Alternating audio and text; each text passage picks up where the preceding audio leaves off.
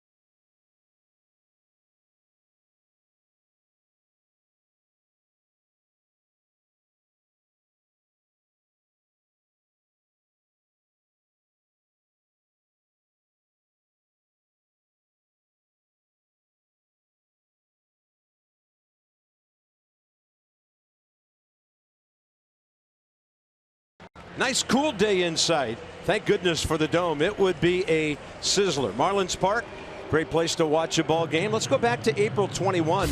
The Nats were trying to take 3 out of 4 here, and FP Max Scherzer ran into Marcell Ozuna first inning, and they had pretty much their way with him offensively that day. Well, different Max Scherzer they're facing today. He's figured things out mechanically. He's on one of those streaks that he gets on where everything's kind of fluid, locked in. He had a great outing last start, just gave up a couple of home runs, but coming off the 20 strikeout game, the last start against the Mets where he was outdueled by Noah Syndergaard, he's fine. I'm looking forward to watching him pitch here today. I think he's going to have a good one. Max Scherzer, 4-3 with a 4.01 ERA, and he is 10th in innings, 3rd in strikeouts in the National League. So first impressions as far as scoring early. Look at how many more runs the Nats and the Red Sox have scored early over all the other good offensive teams in baseball. So maybe that'll happen again today. It'll be the left-hander, Adam Conley, the right-hander, Max Scherzer, Jason Worth in the lineup. All the regulars are in there. The Nats trying to win another series and make it a very nice road trip.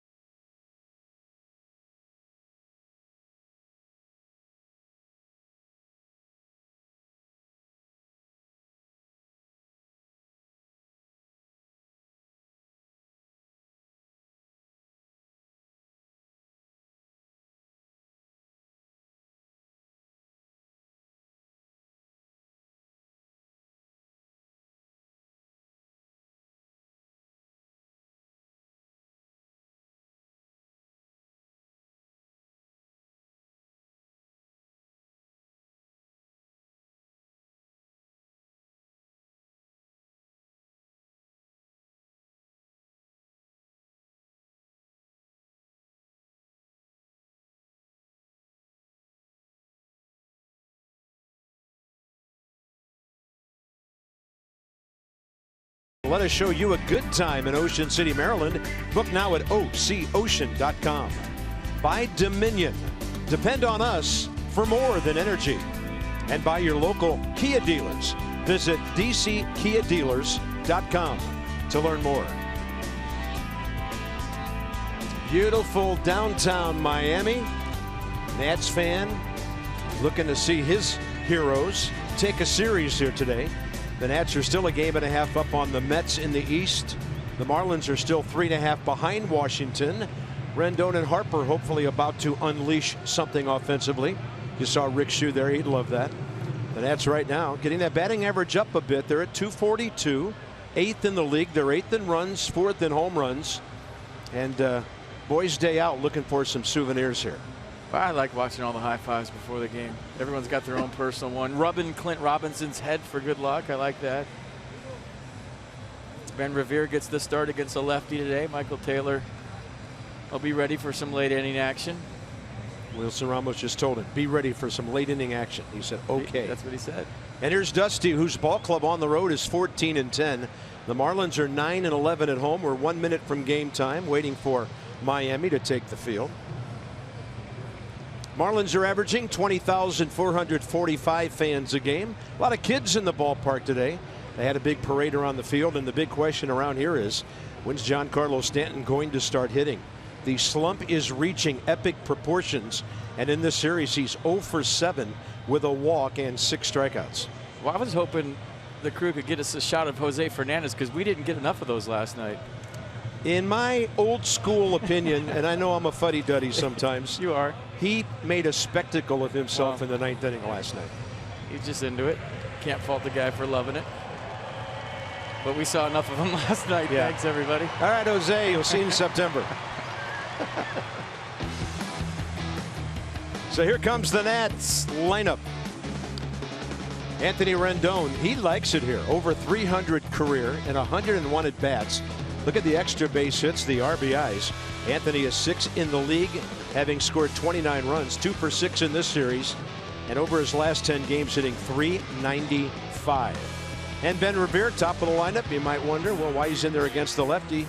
2 for 4 in the series, and he's the everyday guy pretty much now that he's back and healthy. So Adam Conley starts for the 4th time against the Nats. Yeah, coming off a good one on the 16th against the Phillies. 3-2 winner. Went 6 innings, gave up just 1 run on 8 hits. Struck out 5 Phils through 94 pitches, 63 of those for strikes. So a guy with a closer's mentality, fastball 92, and I think if you're the Nats, you come out hacking against him. He's a strike thrower.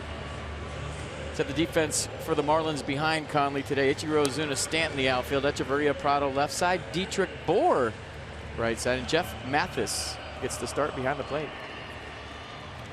Yeah, Jeff Mathis had a nice game against the Nats in D.C. the last time these guys met. Had a 3-hit game.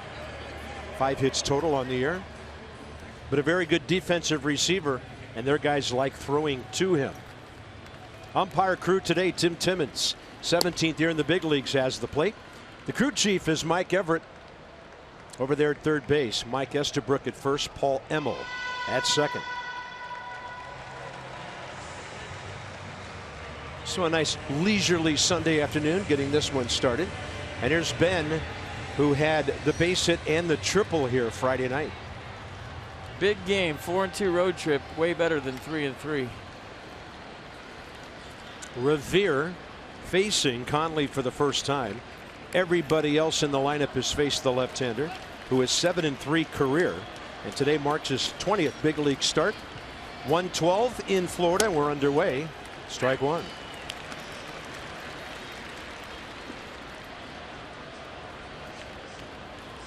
Conley on the year, 3-2 and 8 starts with a .340 ERA. On the inside edge, 0-2.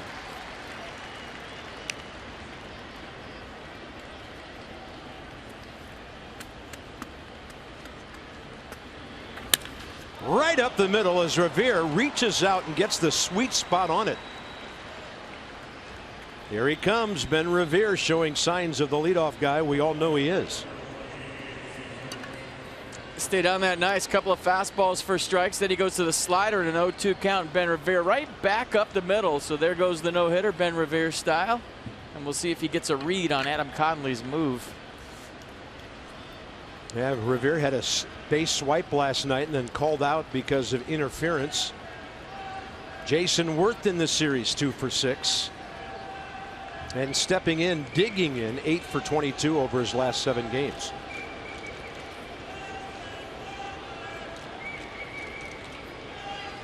Tell you what, that at bat he had last night as a pinch hitter, he swung at that last pitch because the second strike was called right around his ankles. So here's the last pitch, and the reason he has to chase the low pitch is because he's protecting with 2 strikes. Pretty good play by Martin Prado stepping on the bag. And in the old days, you'd have blown up the catcher right there to try to tie the game up, but you can't now. So you get a low strike called on you early in the count, you have to protect that, and that's exactly what he was doing.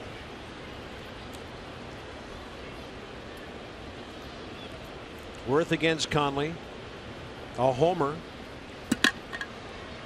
Back here on the 19th of April. History for Jason. 2 for 6 and a walk. A lot of ground ball room right side. That pitch upstairs with a heater, 92.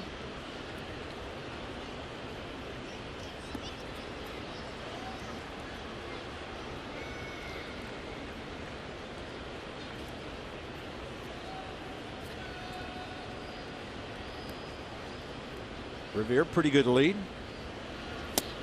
And Worth will take one to the outside edge.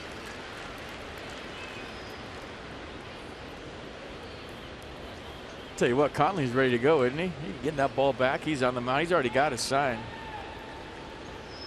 Or close to it. He's ready to rock. Love playing behind guys that work fast.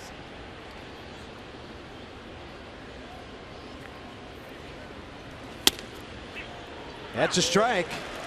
So Worth saw a call on the outside edge. He jumped back from that one and took a look back at Tim Timmons.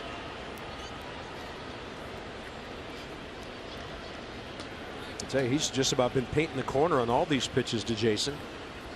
So now protect mode on 1 and 2 with nobody out. Good count to run if you've read the move when you're Ben Revere, but kind of sped up his delivery right there.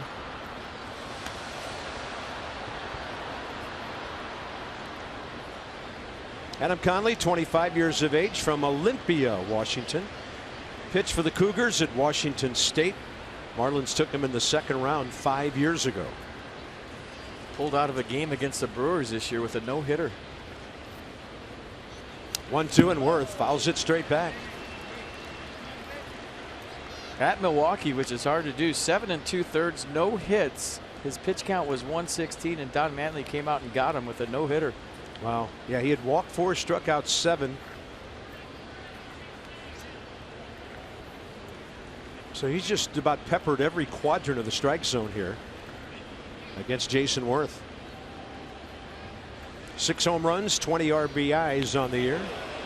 Quick move, and Revere back in there. Little step off move, flicks it over there quick. Ben Revere lunging back to the bag on the way up. That's a good move, and then that's one that'll keep you close to the bag. Lefties with a step off with something on it. Target moves in from Mathis. Revere runs. It's a ball, and Ben Revere is under that throw. So he had stolen 2 bases. One was erased on a challenge, one on interference, and he finally swipes his first bag as a net. He should pick it up and put it over his head right now and say, I'm the greatest of all times. It took a while. Hey, he can steal bases. It's good to see him get on the board. Great jump. He guessed he wasn't coming over 2 times in a row, and he guessed right. Mathis can throw. He steals it easily. Now Worth the chance to drive him in or advance him with a productive out.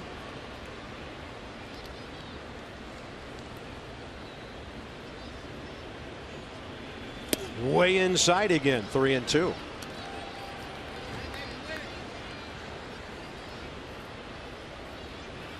Jason's shocked that didn't hit him. Yeah. Days with the Phillies and the Nats. He's been in this division forever. You would think he'd have his most career RBIs against Miami.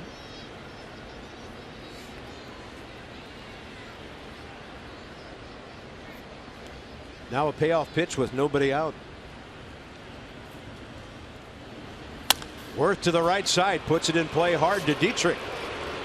Well done. Runner at third, 1 out. Good at bat. Not easy to move a runner with 2 strikes. A lot of times you have to take care of yourself, but Jason Worth in 2-strike mode gets Ben Revere to third. And now it's up to Bryce Harper, if he gets a pitch to hit, to try to drive in Ben Revere. If. Bryce 1 for 5 against Conley with 2 walks. In this series, a walk and 3 hits. Bryce looking for RBI number 50 career against Miami.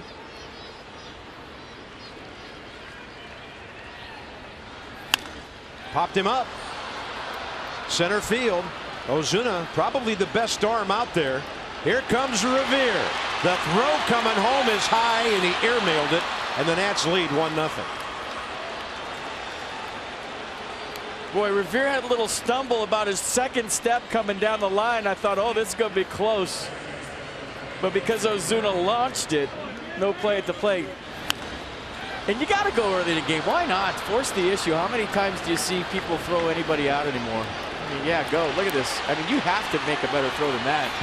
And Ben Revere flying down the line. This one not even close. That showed up on the radar at Miami International. Yeah, 1 hop toward the robotic camera back there. 1-0 Nats. So Bryce cashes in his 30th RBI of the year, 50th career against Miami. And here's Daniel Murphy now with the bases empty. Another 1st inning run for the Nats. Breaking news.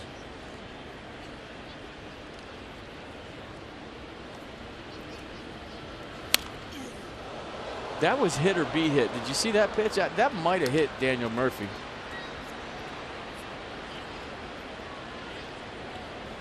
So the Nats with their 47th 1st inning run of the year, most in baseball. Murphy in the series 2 for 8, hitting .390. And He's done some things right against this lefty. 3 for 4 against him with 3 RBIs. Hitting .393 against lefties. .436 with 2 outs. He'll have to drive himself in to add an RBI to that. He gets jammed, and this ball popped up for Jeff Mathis. That's it for the Nationals. But Ben Revere manufactures a run. Single, steal, grounder, sac fly. It's a thing of beauty.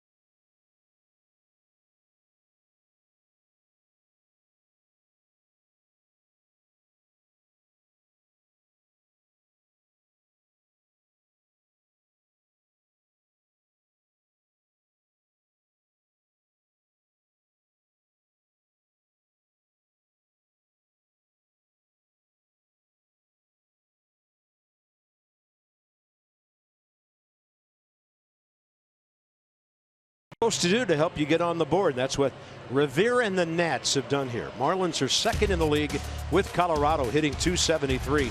12th in runs, 10th in homers. Giancarlo Stanton having a nightmare. 0 for 17, 15 strikeouts his last 5 games. He's 4 for his last 48. The Nats want to get a win, get out of town, because they know he'll be really productive the next time they see him in September. Here's Max, 8th career start against Miami. Yeah, last start against the Mets, he was outdueled by Noah Syndergaard, but he pitched well. Tough luck loss. 6 1/3, 10 strikeout effort, 3 hits given up. 2 of them were home runs to the Mets. Well, suddenly the chase for 3,000 is really on for Ichiro.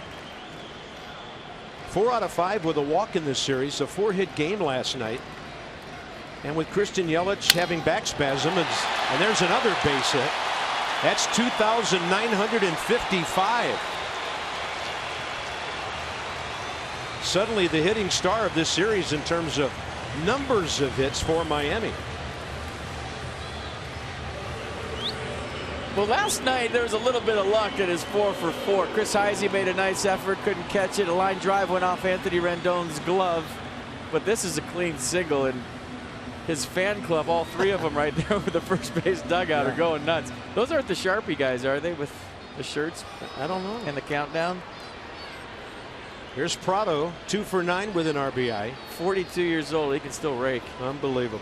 So he's 45 hits away. And it's only May 22nd. You know, a lot of people didn't think he'd get enough at bats maybe. But with Yelich nursing that back from time to time and Stanton in a slump, he might get a bunch of starts here. Change it up. Yeah, the Sharpie guys. 45. Whoops. Yep. Yeah, there you go. Okay. It's a good facsimile. There's a lot of room to write that 45. Prado 11 for 22 career against Max Scherzer. Throws him the slider low and away. Well, if I'm Jeffrey Loria, I'm making sure that Ichiro Suzuki gets that record this year. I'm also making sure that he does it in the home game. Absolutely. Today, by the way, is his bobblehead day at the ballpark. Ichiro. So last 5 games, 7 for 8. We didn't get one.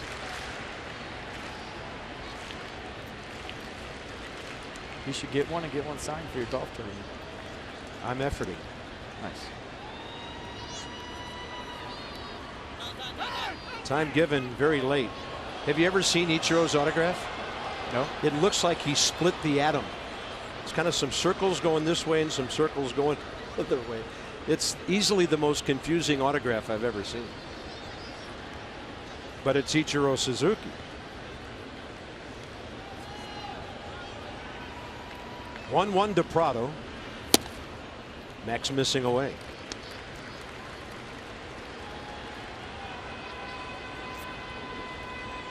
Scherzer against the Marlins career 3-2, 3.64, 7 starts in this ballpark. 2-1 with a 277. Starting here for the 5th time. Prado got a fastball, fouled it straight back. 2-2. Here's your Nats defense for today's game. Worth, Revere, Harper, the outfield. Espinosa, Rendon, Murphy, Zimmerman, and Wilson Ramos back behind the dish. There's Buffalo, came off the bench, got a big knock in the 9th last night.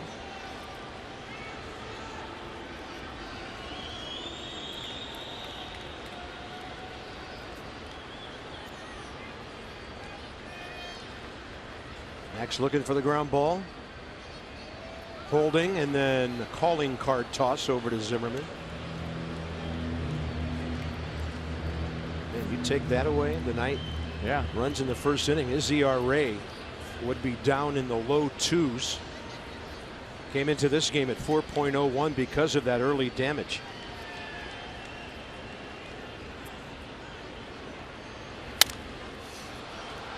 Tough guy to strike out. Martin Prado sprays it around, and always tough against the Nats. Well, I always think with power pitchers, it takes you a minute to get into your rhythm. And I think with Max especially, it's a feeling out process of what his secondary pitch de jour is going to be. You know, some days it's a slider, some days it's the changeup. On the big days, it's whatever you pick, they're good. But that's why it takes him a second to get a feel for the game, because he's trying to figure it out too. 2-2. Long hold. Ichiro frozen at first, and time given again to Prado from Tim Timmons.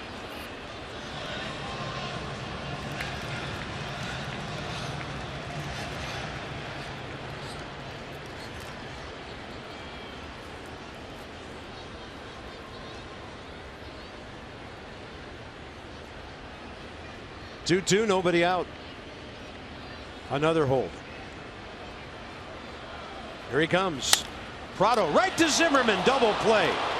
Ichiro had the lead off and nothing he could do. 2 outs. Tailor-made double play, just like you drew it up.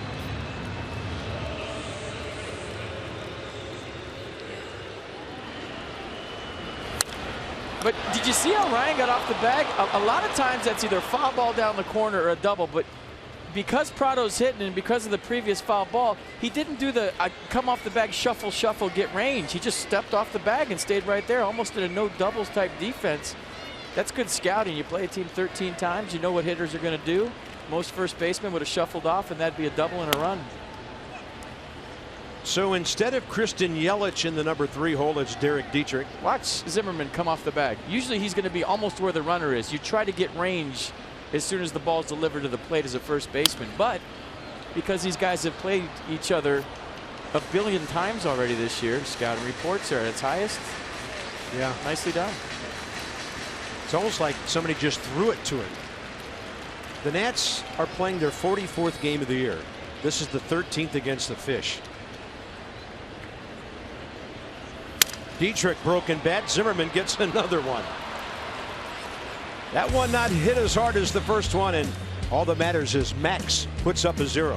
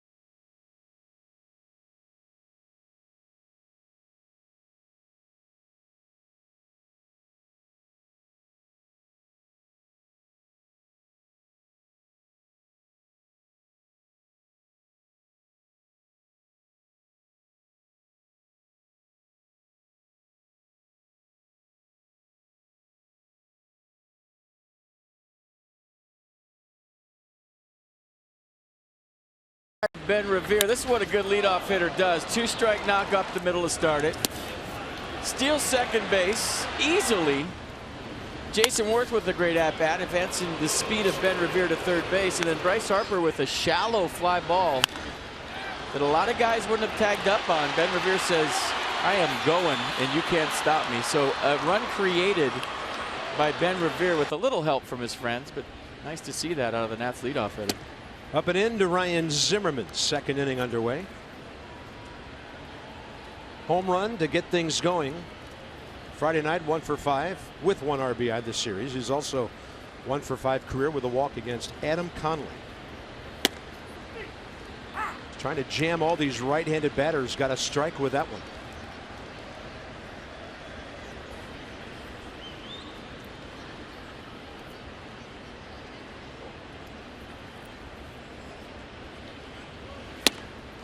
Three straight pitches in there, and it's 2-1.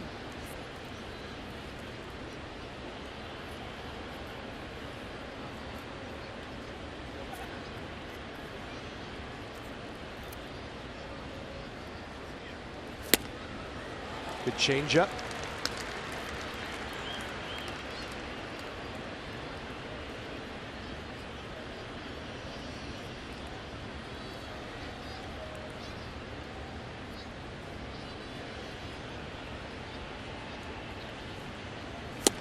And he throws 94 by him. Conley first strikeout today. May 28th, in case you hadn't heard, Taste of the World at Nats Park. 7:15 game against the Cardinals.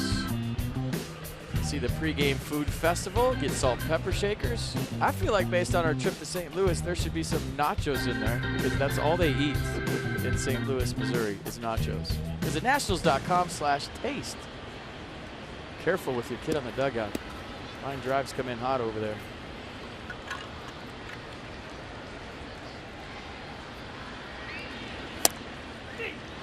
Anthony Rendon looks at one, tailing to the outer half. 2 for 6 in this series with a double, couple of walks, and a Corso run. He scored 29 times, 6th most in the league. Chase Anderson is facing the Mets today for Milwaukee, and the good news is Noah Syndergaard is pitching. They're 1-1 in the first inning. The Nats get Bartolo Colon tomorrow night. Gio against him. And they're still listing Harvey as the probable for Tuesday. Rendon to center. It's going to back up Ozuna onto the track at the 407. He makes the grab.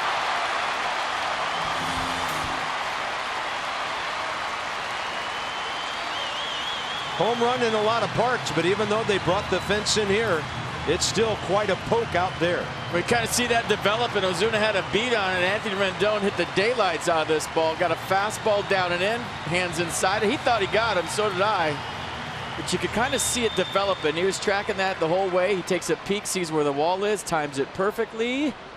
I would have hit on the top part of the fence. Adam Conley is loving the effort by a center fielder. Robbing at least a double from Anthony Rendon. And they are seriously touting him, all the Marlins broadcasters now, for the All-Star team with his recent surge with the bat, and he's a very good outfielder.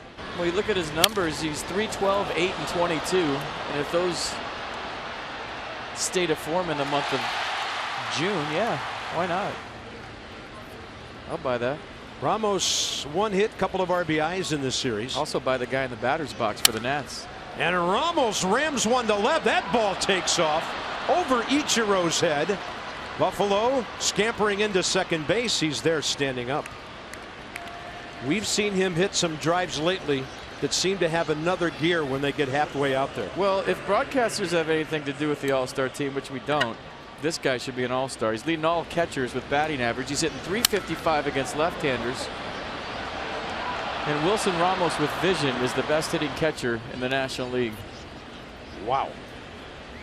So on the verge of double-digit doubles. He's hit 4 home runs. That ball scorched. All right, Max, you're going to get a chance. Danny Espinosa is 2 for 23 right-handed, but the Marlins don't care. Already down by a run. They know Max Scherzer's facing them. They don't want to fall behind by more than 1. It'll be Conley's first walk of the day. Danny Espinosa piling up some walks. This will be 15 on the year, and the 5th time he's been walked intentionally.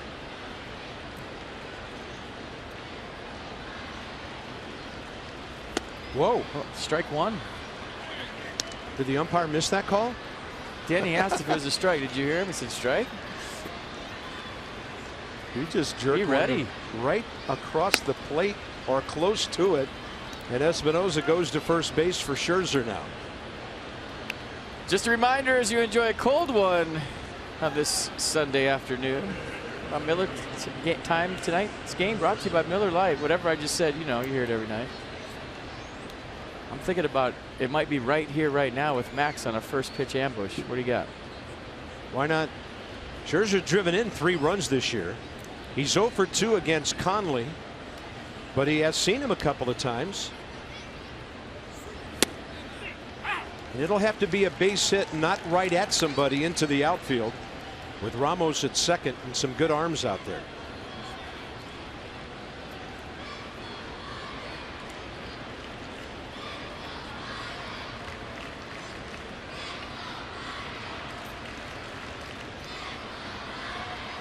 Yeah, 3 pretty good arms, right? All accurate. Yeah. Although my scouting report tells me that Ozuna likes to throw them high to home. Small sample size, but accurate nonetheless. Curveball way inside, 1 ball, 1 strike. You know, as an outfielder early in the game, you have all that energy going. That happens a lot.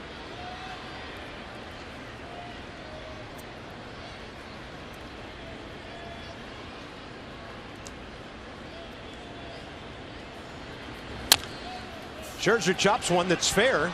Catcher bare hand, and Mathis makes a good play on the move. So the Nats have had 3 base runners. They strand 2 here. Gorgeous day. Hey, there's our ballpark in the distance there. 1-0 Washington.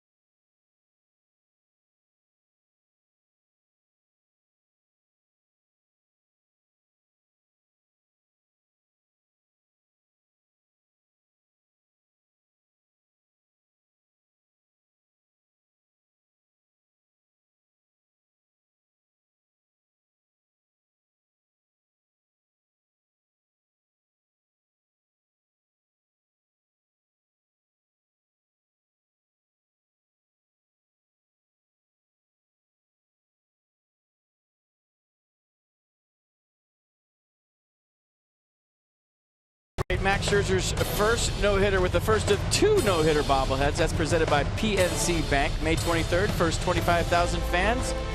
You get number 1 of a 2 no-hitter set when the Nationals take on the Mets. Visit nationals.com/tickets. There he is, Max.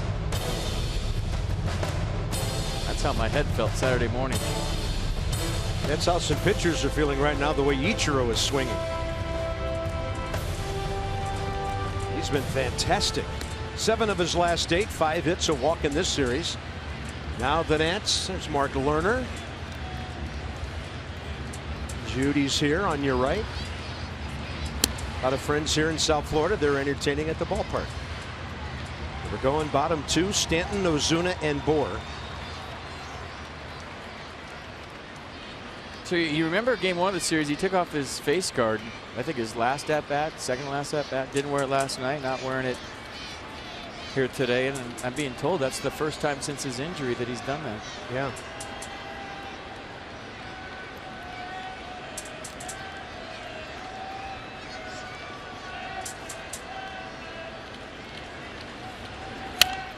Stanton up there hacking early in the count when he saw a fastball. Go ahead. I remember a few years ago when he was more spread out, his chest was more out over the plate. Now he's kind of straight up and down. And I think that's why he's having trouble covering the outside pitch. Like that? Plus one up a little bit, but still got a strike. What? There's a flinch in his swing. Watch Stanton flinch right here. See that little flinch? Yeah. And I'm wondering if that's because of what happened. Wow. When he got hit with the pitch. And he's getting booed regularly here. That's now 0 for 18 and 4 for his last 49. Well, check out the sequence. I want you to concentrate on Stanton on the second pitch. Just watch Giancarlo. Don't watch the pitch. Watch him flinch. See that? You just hope that he's not scared of the baseball from what's happened before, and that has anything to do with this. Because teams have been buzzing him up and in and making him feel that fastball in. There's a breaking ball that drops into Ozuna. So Stanton now in this series 0 for 8, 7 strikeouts. And I think Nats fans know that I'm a huge Giancarlo Stanton fan. I hope that he figures it out tomorrow. Starting tomorrow. Yeah. This one to right center. Bryce Harper tracking it. That off the right-hander's swing, tailing back to Bryce. 2 outs. And next up, Justin Bour, who had the big blow of the game last night, the 2-run homer. I mean, that wasn't a slider that started right at him and broke back to the inner half. That was a slider down the middle that broke to the outer third. And when you see a guy take it like that, and we've said this before, we've noted it last year when he first came back, you just wonder what's going through his head. I would have no idea of knowing, but based on the body language, you start to think the worst. Fastball to Bour for a strike. So in this series, he's 2 for 6, couple of walks and the 2-run homer. He's hit 8 this year, 21 RBIs. Off speed, that had him way out ahead. And now Max might try to get him down and away after pulling the string on him. 11 pitches, 7 strikes, first inning. He's retired the first 2 here.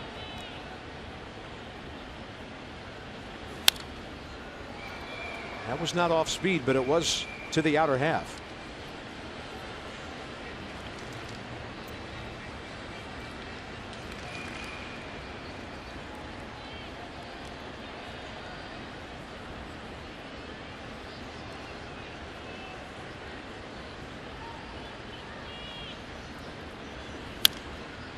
And he goes with the off-speed pitch, 83. Well, the ball he hit out last night off of Joe Ross was a changeup that was supposed to be away. It was down and in. He just dropped the barrel on it, rode it out of here. Wasn't a bad pitch, just missed the location. And I thought Joe Ross once again pitched great last night. Yeah, they almost got him off the hook in the 9th inning. Had him reaching. That's a great off-speed pitch. Murphy from the grass has to throw on the run. And a 1-2-3 for Max Scherzer. So a lot better than his last time in this ballpark, as FP said, a different guy.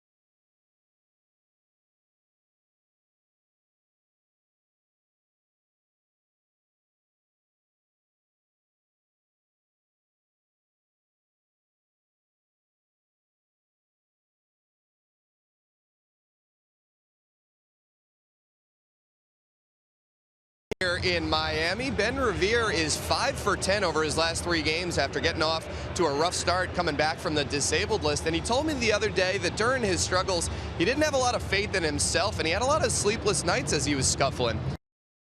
Who he leaned on during that rough patch, he said Daniel Murphy actually was a big help to him. Also, hitting coach Rick Shue and manager Dusty Baker. He said, they told me I've hit before, I'll do it again, and he feels like he's really locking it in offensively. Both of his hits yesterday and his one today to center field. Says he's not rolling over pitches that he had been over the last couple weeks.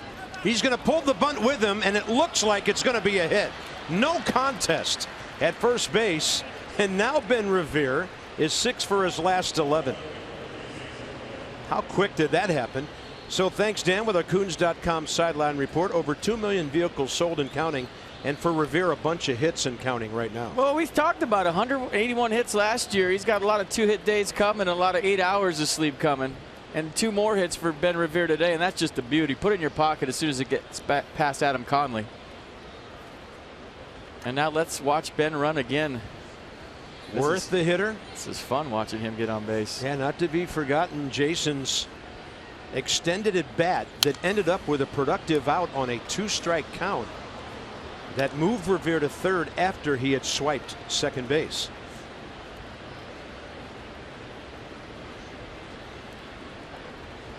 He's always smiling, but he's feeling really good now that the hits are starting to pile up.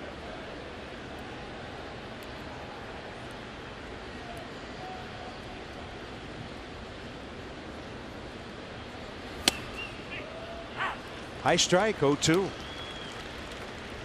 Inside the numbers from Jeep on Adam Conley. First 4 starts roughed up. Last 4 he's been striking out guys. He hasn't given up a home run over his last 25 innings. So Jeep shows you how he's turned things around.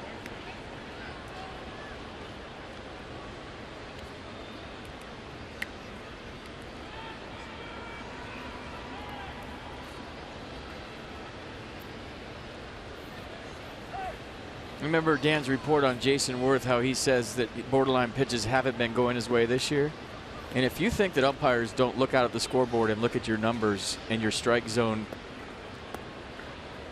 is modified accordingly, you're crazy. If you're hitting 341 and they look out there and see that, borderline calls go your way. If you're hitting 221, they look out there and see that, borderline calls don't go your way. And it's just the way it's been forever. Yeah. Probably not taught in umpiring school, but a sense of how things are as they go along. Yeah, huh? It's not consciously they're doing it. It's just kind of a sense of what you're hitting and why you're hitting that. And then Worth has to swing, and he stays alive, able to foul tip it. And as you mentioned last night, he had to swing at that pitch on which he grounded out to third.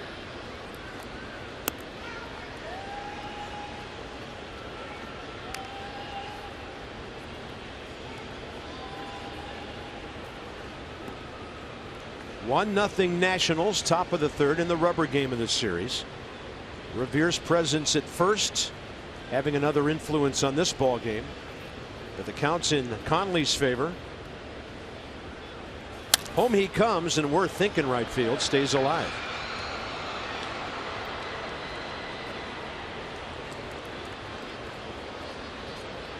When he was hitting third in 2014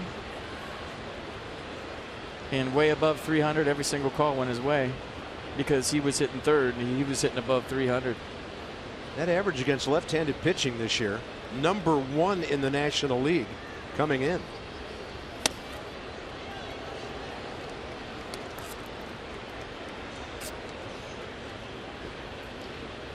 Pretty good take on 0-2.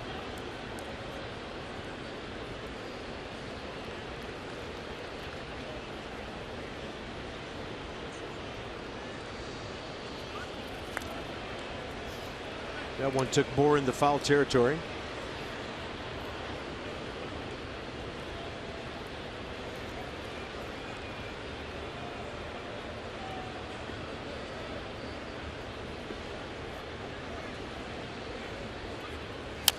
Worth a tapper.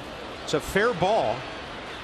For a moment, Mathis thought about second base. He made the wise move, 1 out. Revere to second. From Largo to Vienna, Glenmont to Springfield, WUSA 9's Adam Longo will ride every Metro line assessing the health of the rail system. Follow him on Facebook, Twitter, and on WUSA 9 all day Tuesday.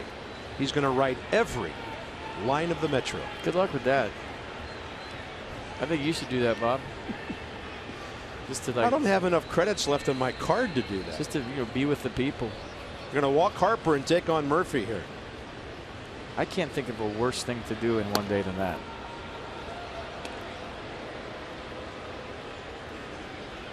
So for Bryce Harper, this would be his 47th walk of the year and the 13th time he's walked intentionally.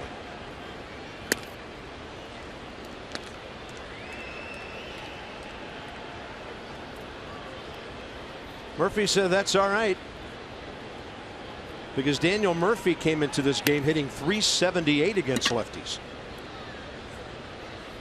And he's had his success against Adam Conley, 3 for 5 despite making it out today.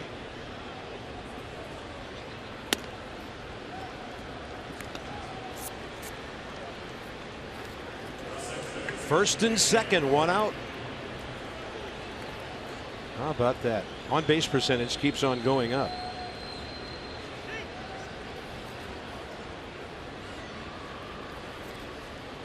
I mean, there's no way he's going to win back-to-back MVPs with this treatment. You just can't put up the numbers to do it. It's got to be frustrating.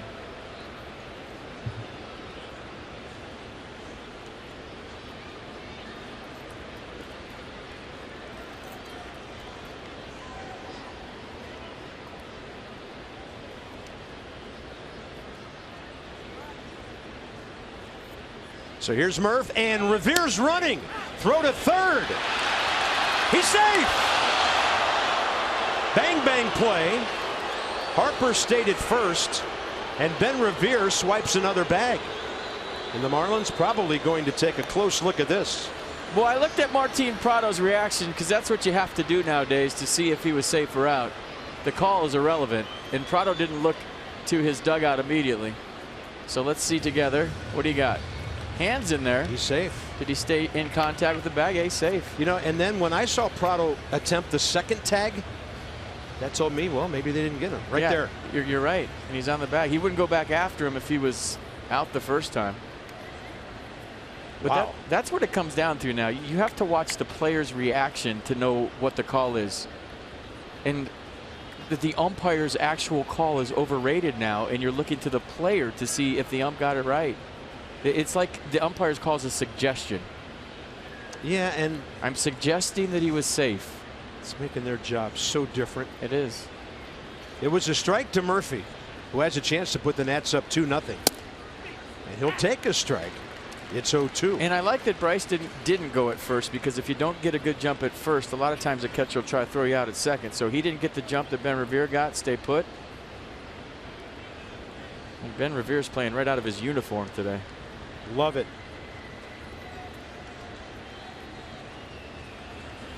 Murphy jammed, and he fights it off. Conley got inside on Murphy's hands first time and popped him up foul to the catcher. Daniel Murphy, don't look now, but if he drives in a run here, he's 2 behind Bryce Harper. So as mentioned, he's had success against this lefty. Limited sample, but off to a great start.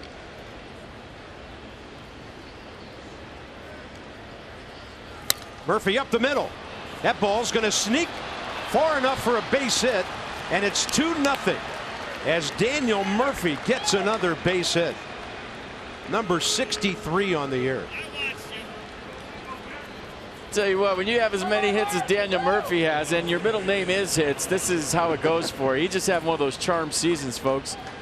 And if Adam Connolly squares up after the pitch, he fields that. But because he kind of gave up on it, it gets up the middle. It's an RBI. Nice piece of hitting by Murph. Nats are up 2-0. And I am having some kind of fun up here watching Ben Revere run. He's got his groove back. Now a chance for a really big inning.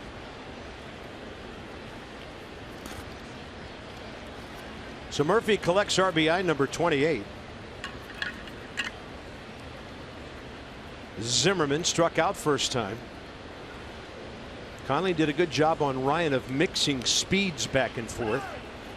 Threw a fastball by him to end that at bat, leading off the second.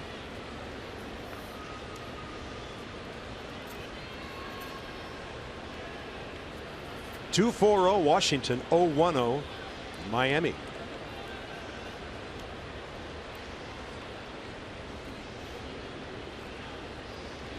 Nats pitchers are so good at fielding their position. They square up. They make good plays. Watch Adam Conley. Just focus on the pitcher right here. Watch him kind of give up on this play. He's fallen toward third base. That's right back at him. Little things that help you win in a game. If he squares up, makes this play, it's an inning double play. He's out of the jam. As it is, it's first and second, one out with a run in.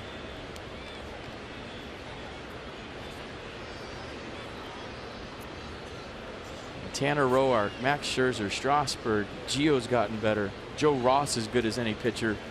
It's a little thing that adds up over the course of 6 months, fielding your position as a pitcher.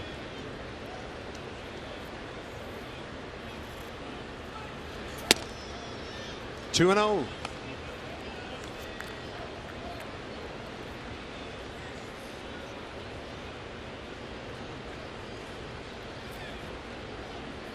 Ryan over his last 18 games coming in, 4 homers, 12 RBIs, 10 runs.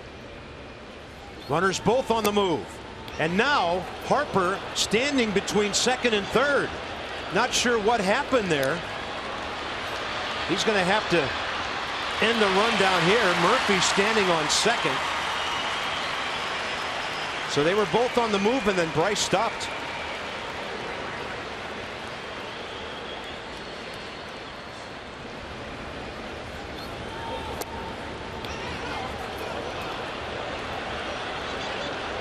Look at Ryan Zimmerman's not even watching. You see, he just put his head down. I mean, if you're going to go, you got to go. And if you're going to stop, you got to get back to second. So Bryce Harper had the rhythm thing going. He didn't trust his jump and he stopped, but then he just stayed there. Once you stop, you got to scramble back to second base. 2-6-5 on that. Now 2 outs. And Ryan Zimmerman takes a 3-0 pitch in there. I think that was Bryce trying to set up the old throw behind me. I'm going to third, and Jeff Mathis wasn't biting.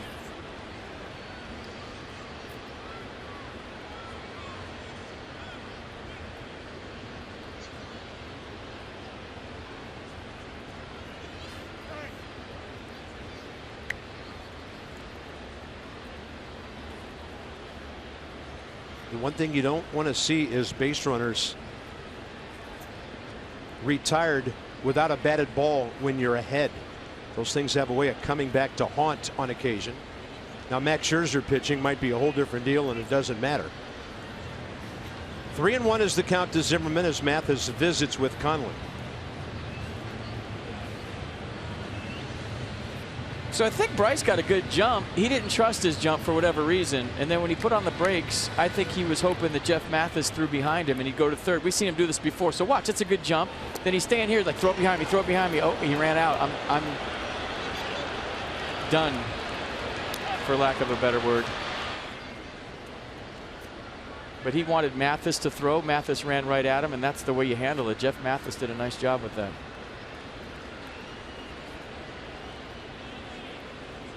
(3-1) to Zimmerman. Ryan takes the walk.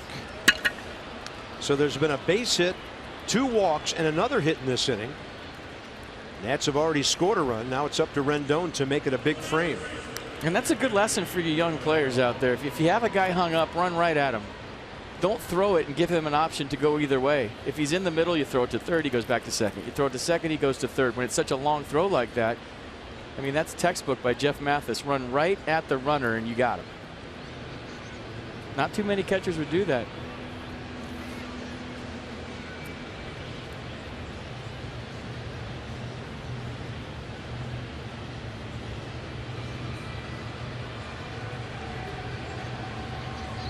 Five, 4, 3, 2, 1, 0 on the pitching coach clock. Juan Nieves on his way back to the dugout.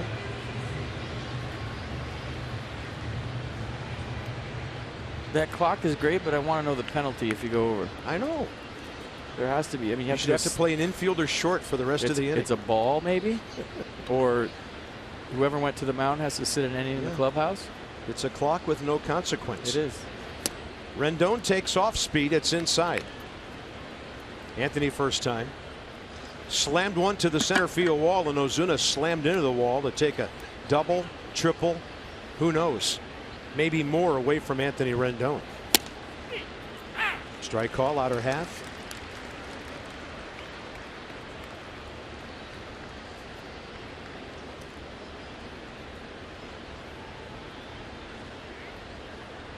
Nats on the verge of a big lead here.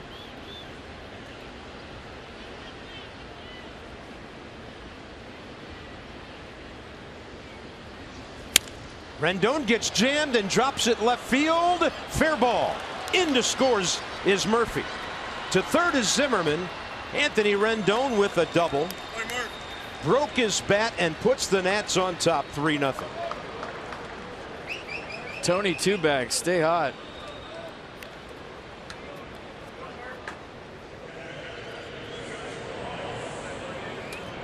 Well, this one hit just perfect. I mean, you can't throw it out there any better than this. Just pulls his hands in.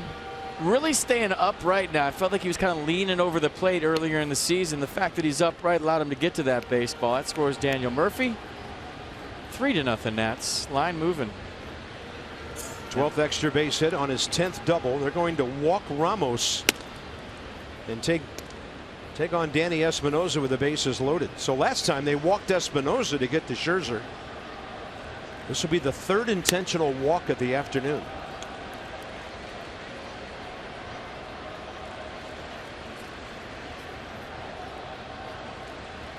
Right now, Conley's approaching 60 pitches, FP, and he's been under pressure right from the first at bat of the game. Well, good teams pick each other up, and that's what the Nats just did. Danny Espinosa, as I mentioned, first time around. From the right side of the plate, 2 for 23. Big spot for him. Those 2 hits have produced a couple of RBIs.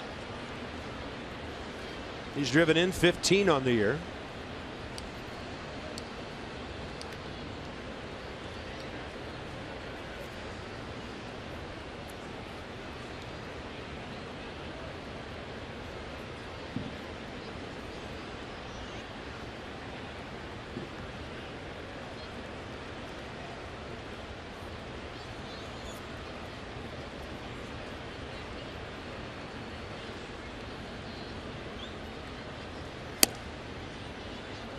Ball 1.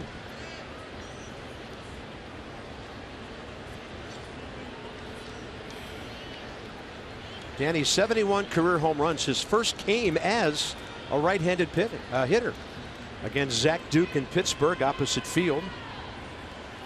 And in there. Oh, late call, huh? Yeah, 1-1. That was a long and by me as we waited for Timmons' call.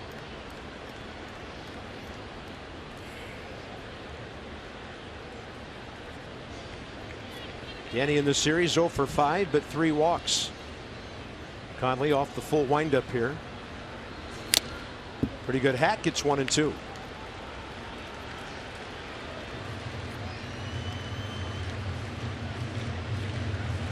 Ryan Zimmerman, he was walked. Rendon delivered the double that brought in Murphy, and then Ramos walked intentionally. Nissan tracking the first 3 pitches of this at bat.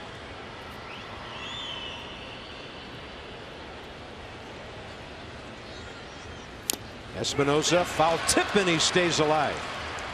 Ball at the feet of Jeff Mathis.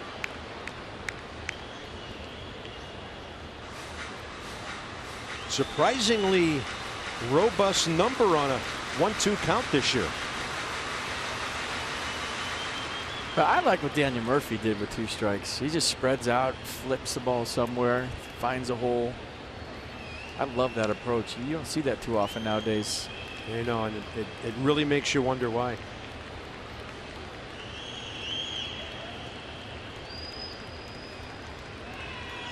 One-two with 2 outs. Strikeout on a pitch up. The Nats get 2 runs, 3 hits in the inning, 3 walks in the inning.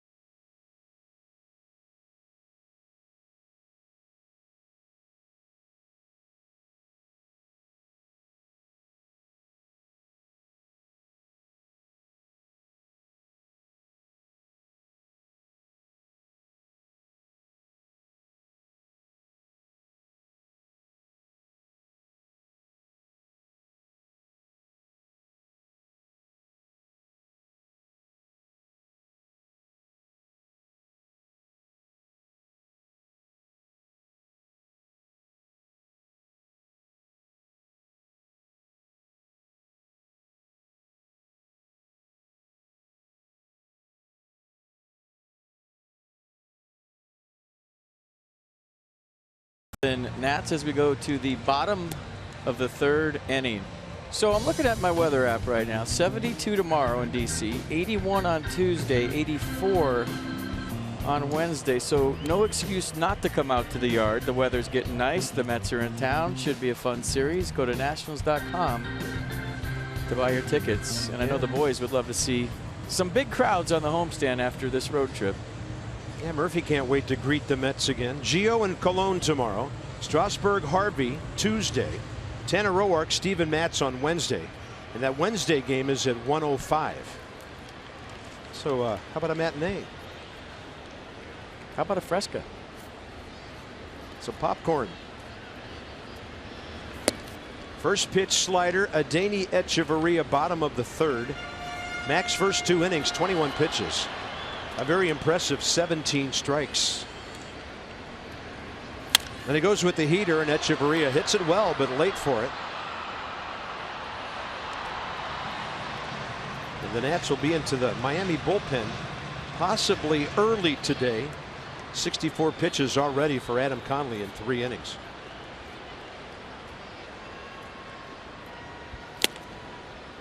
.93 by him. Echeverria 2 for 12 career against Max. Mathis the catcher, and then Conley the pitcher. Whoa. Off speed. That changeup really got away from him. Luckily didn't hit the batter. Sometimes you look at 7, 8, 9, say, okay, here's an easy inning for Max, but you let one of the first 2 guys get on, it could be trouble. Big hook. Strikeout number 2. Well, that's the sweeping slider from Max Scherzer. I mean, watch where this starts and watch where it finishes. So almost inner 3rd out of his hand off the plate. And who knows, maybe that changeup in that moved him had an effect. Yeah. Jeff Mathis 5 for 31 this year, playing in his 10th game. Here comes slider practice, folks. We got a good one going. Then if you lean out there, look out. You might get 93 near the belt buckle. Slightly jammed him with a heater, and that's 0-2.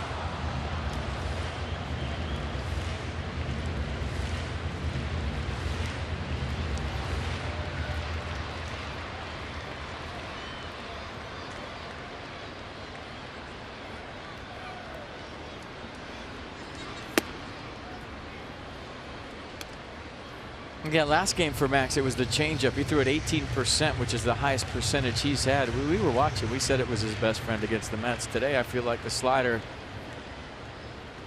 is the secondary pitch of the day.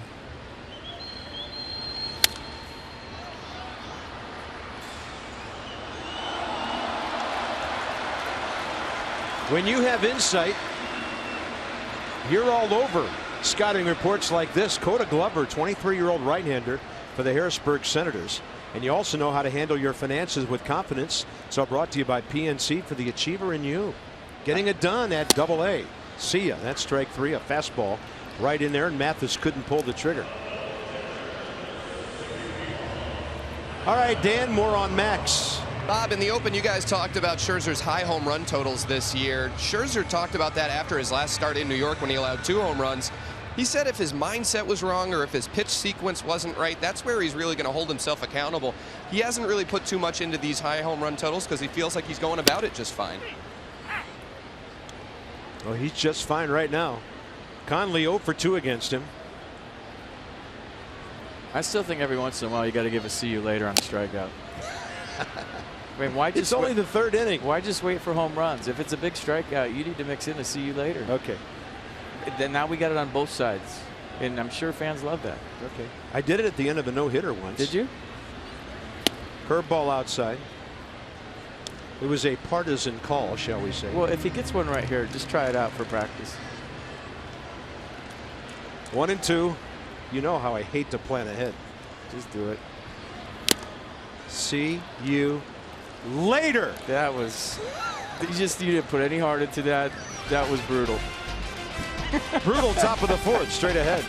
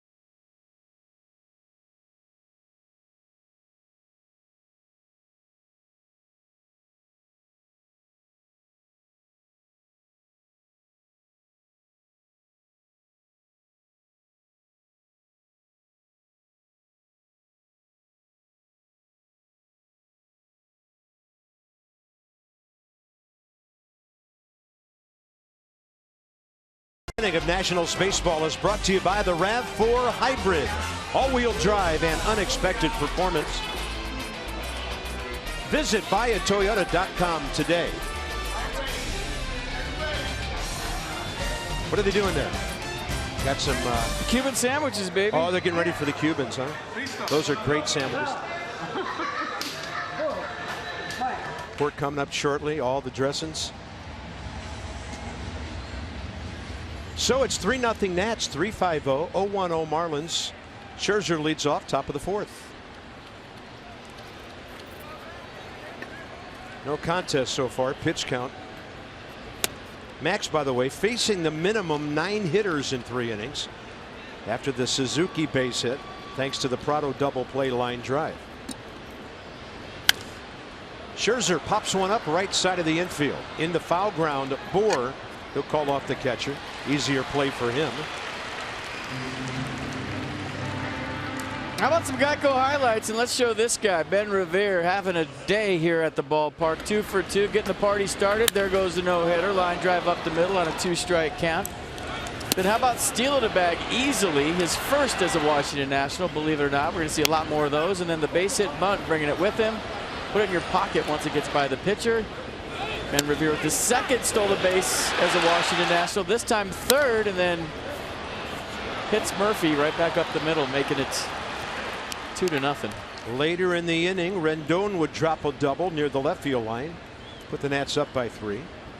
So Ben started the day 148, is at 175.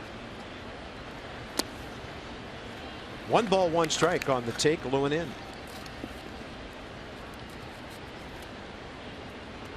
There's a track record. 305, 306.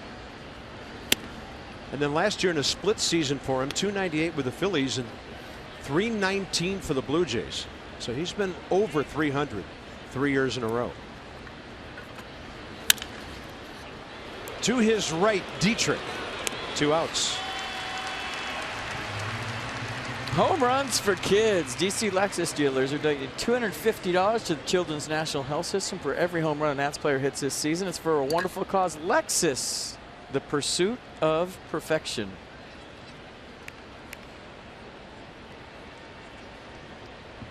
Into the artwork last time he was here for homer number 200. It was easy to find because there's everything but baseball related items out there. Good take. Ball 1. There it is. Pink flamingos. Ostriches. Seagulls. Bald eagles.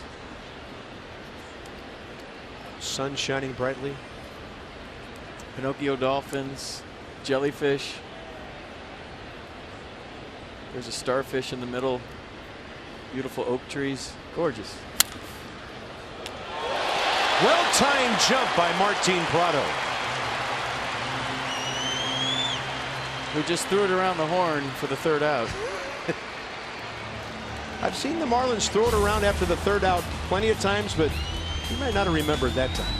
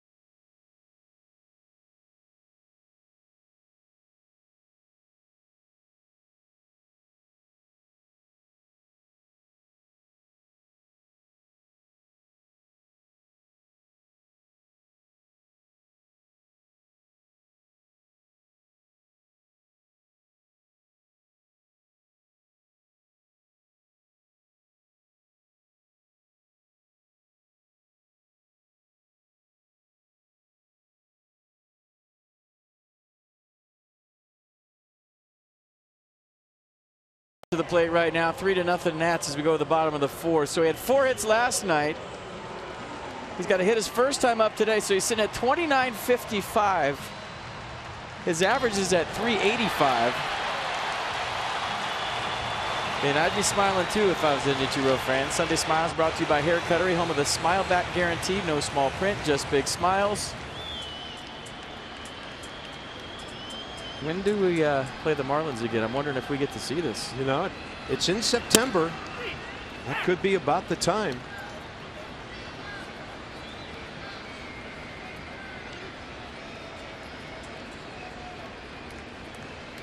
Nationals will be here Monday, Tuesday, Wednesday, September 19, 2021. And the Marlins will close the season at Nationals Park. Wow.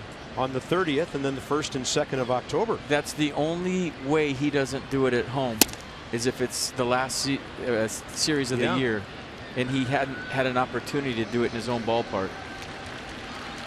Interesting thought.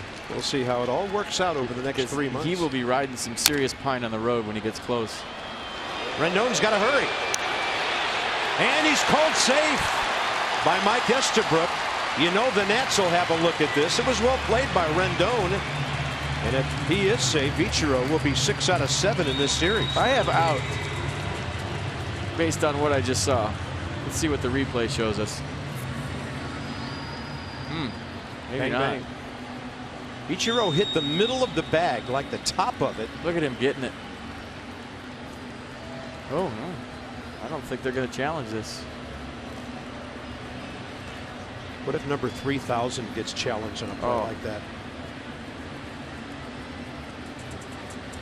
Dusty looking relaxed, letting his lieutenants take care of it. Yeah, home plate umpire Tim Timmons. What do you got, Dusty? They want a decision. Is he challenging? Dusty's ignoring him. Then he just said yay or nay. Dusty pretending like he can't hear the umpire.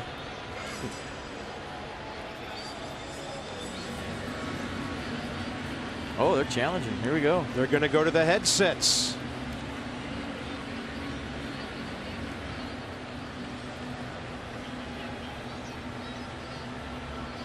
So it's either 29.56 in his 6th consecutive hit, or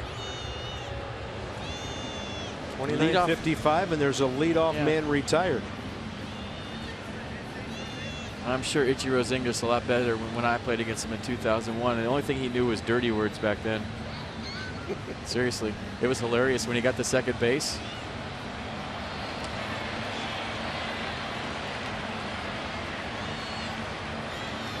Oh, he's out. Yeah, his foot's not down yet. As I mentioned, he came down on the middle of the bag. He is out on a great play by Anthony Rendon. And evidently only Exmo replays can get Ichiro out at this point, coupled with some pretty good defense. Great play by Anthony Rendon, coming in hot, got rid of it quick. Good throw right on the money. Don Mattingly, he can't believe it. If he saw what we saw, though, he'd believe it. Yeah, the tape doesn't lie. We've all learned that. Tim Timmons just said, hey, we got nothing we can do with that. Tape showed he was out. That's not their call. They always tell players, hey, it's New York. If you want to argue with New York. One out, Prado the hitter. This is big with him coming up. I remember Ichiro singled first time up. Prado battled Max to a long AB before lining out for the double play. Scherzer able to take care of that. Kind of goosed that throw over there. Was into the runner a little bit. 2 outs. Now it's Dietrich.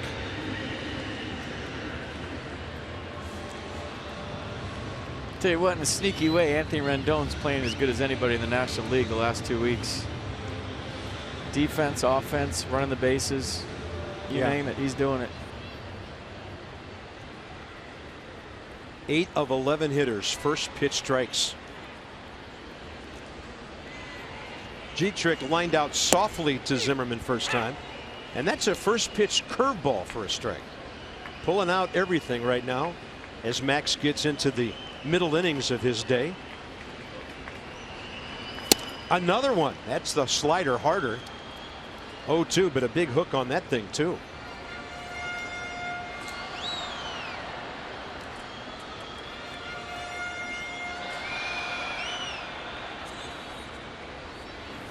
Pitching with a lead and pitching very efficiently. Max Scherzer through 4 on top 3-0 on getaway day in a rubber game in Miami.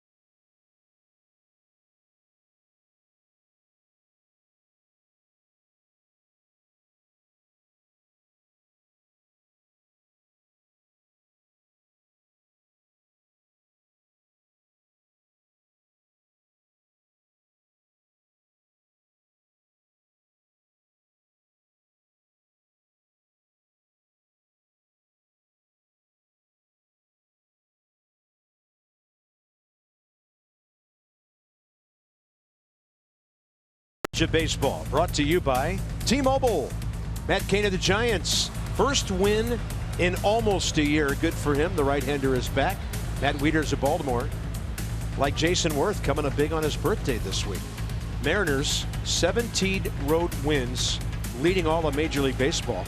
That Seattle ball club's won 3 in a row. They're 25-17 and have a couple of games lead over the Rangers in the AL West. That's impressive because they travel more miles than any team in baseball. Yeah. You might say, well, the Marlins are in the other diagonal corner of the country, but Atlanta, Washington, Philly, and New York are a whole lot closer to here than the divisional opponents of Seattle. I mean, they go to Southern California. It's almost like going across half of the country. Very spread out. They're doing a good job out there. Scott Service.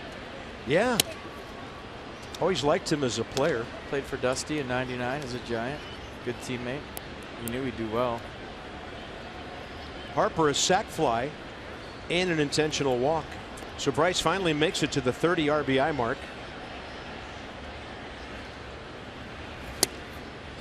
First RBI of this series, 3 for 7. And he's driven in 50 runs career against the Miami pitching staff.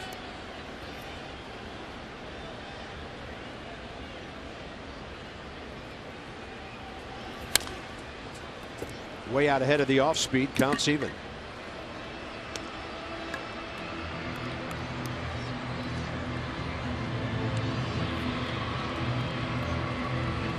So he tied Matt Kemp with RBI number 30.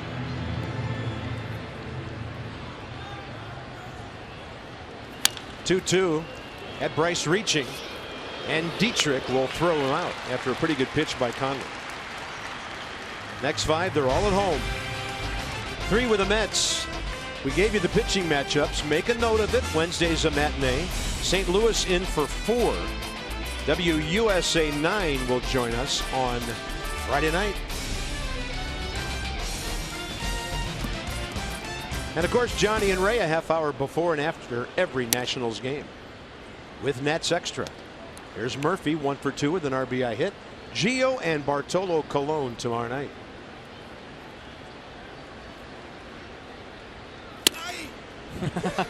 Murphy thought he was about to be hit. Aye. Let's listen to it again.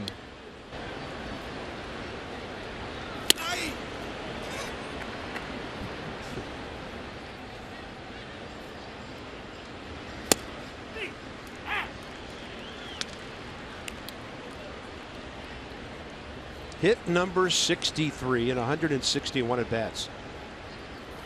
Murph's hitting about 415 now his last 23 games.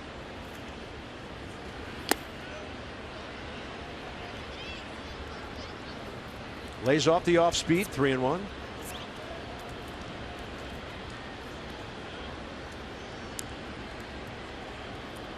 And he's now 4 for 6 career against Conley.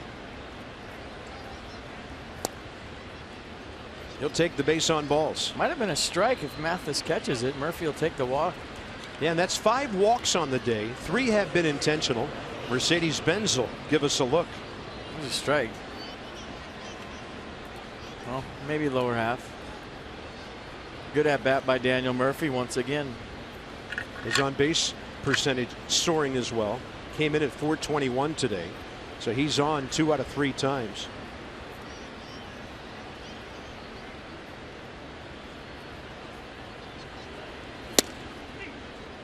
Fastball in there to Ryan Zimmerman.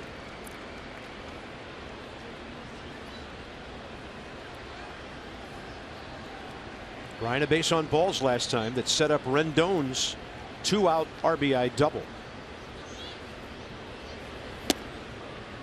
I'm just sitting here thinking, which is dangerous, but how does Bryce Harper get hot again? As soon as he does anything, the league's going to start walking him again, and I'm wondering how he can have a prolonged hot streak this season based on how he's been treated by his opponents. Yeah.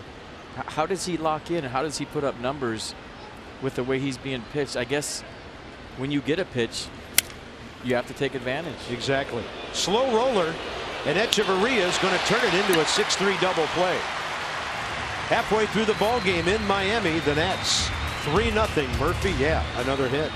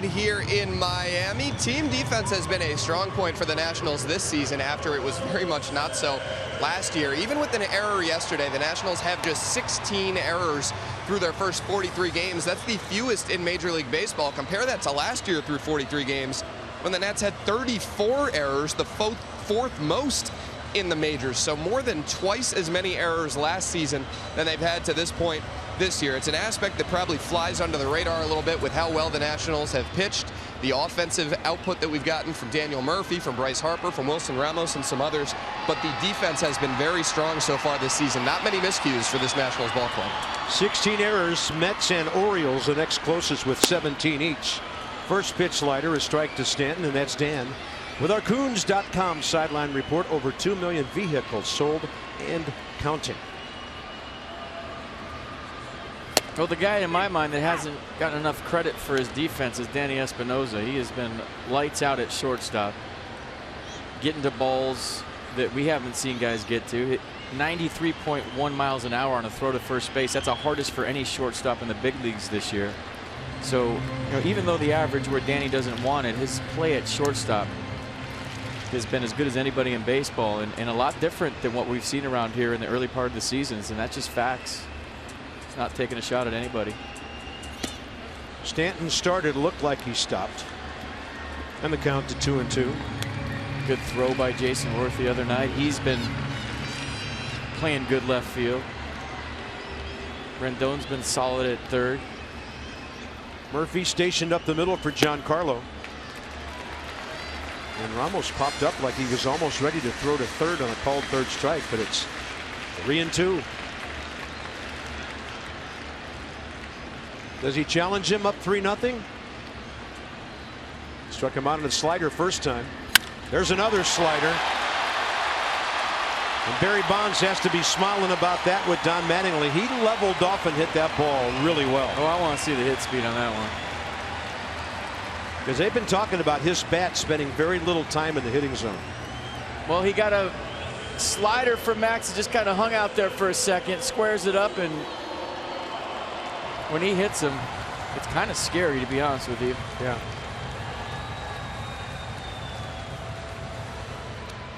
Says hi to a Nats first baseman for the second time in this series. Had a walk yesterday. Here's Ozuna, fly ball to right, his first time.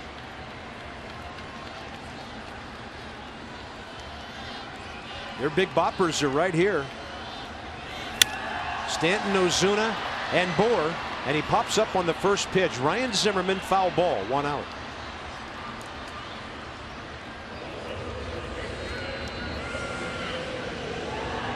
Next up, Justin Bohr. Bounced out to Murphy in right field first time. Daniel was out there on the shift. He won't play that deep this time with a runner at first. Right on the edge.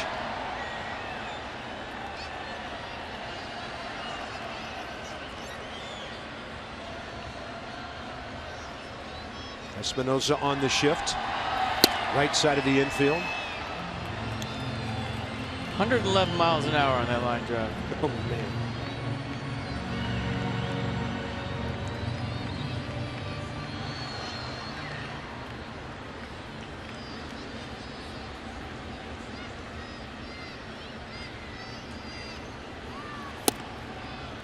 Ramos wanted it inside. That was down and in, 2-0.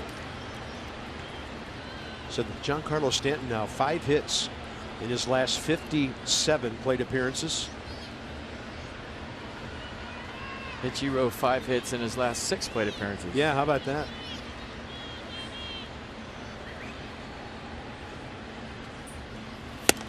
And Bohr went fishing out of the zone on a 2-0.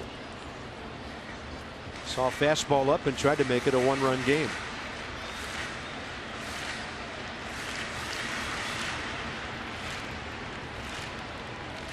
Three 3-0 Washington, bottom of the 5th.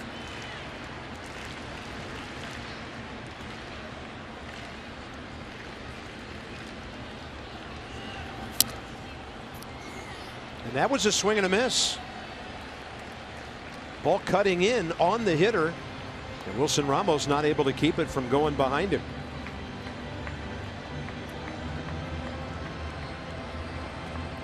Boy, I must be imagining things. It must have been Wilson Ramos's glove, because I thought I heard a sound. Yeah, he missed it, and I am imagining things. Pass ball. And by the way, there was a play last night that was changed from a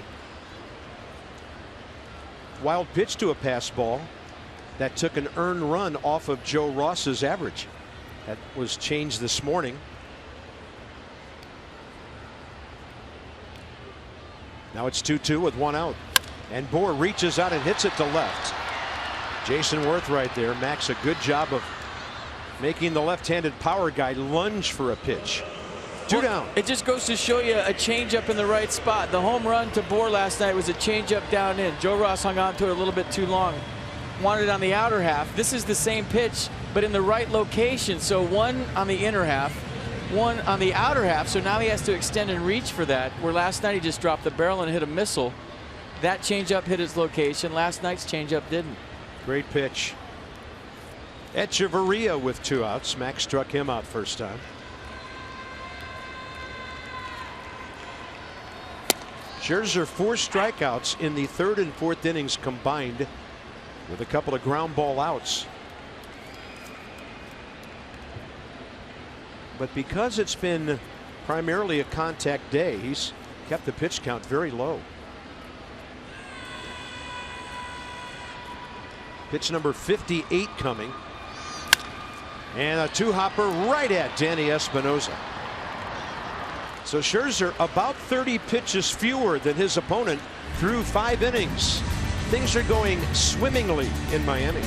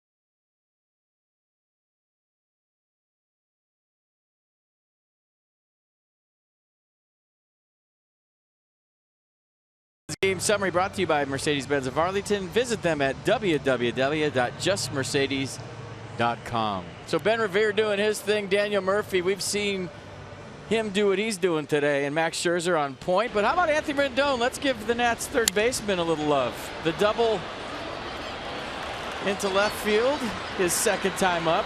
That would score. Daniel hits Murphy. And then this play on a still fast Ichiro Suzuki. They would review it. He was out. Don't look at what Mike Esterbrook did right there. He called him safe. And here we go. And by the way, the Nats now successful on 6 of their 18 challenges this year. Going into the game, they were tied for the Major League with 17. That one worked out thanks to Carter Myers, our great stats guy, who forwarded that along to us. Top 6, Anthony Rendon. He could be 2 for 2 with a couple of extra base hits.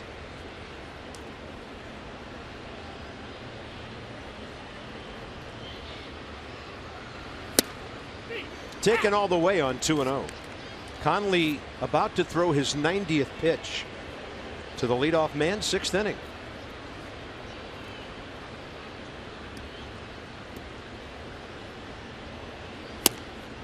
Fastball to the outside edge. Ish. Yeah. Conley hasn't given up a hit since Rendon's double. 3 innings ago, so he's settled in, but his teammates can't do anything with Max Scherzer right now, who's thrown 58 pitches in 5 innings, 43 strikes.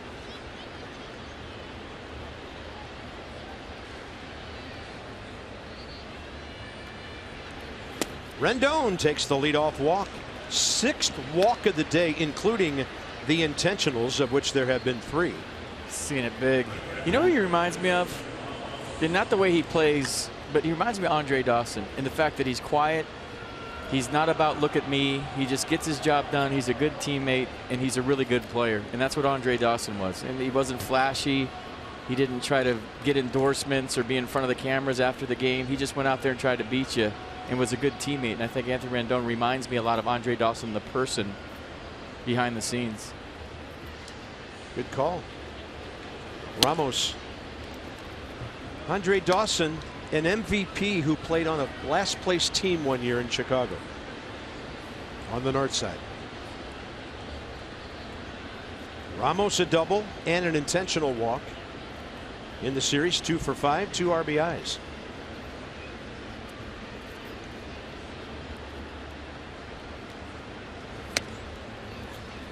That one up and in. There he is. It's a Hawk. It's in uniform for batting practice every day here at Marlins Park. Always great to see him and Tony Perez, huh? Yep. Left a few knees on that turf in Montreal.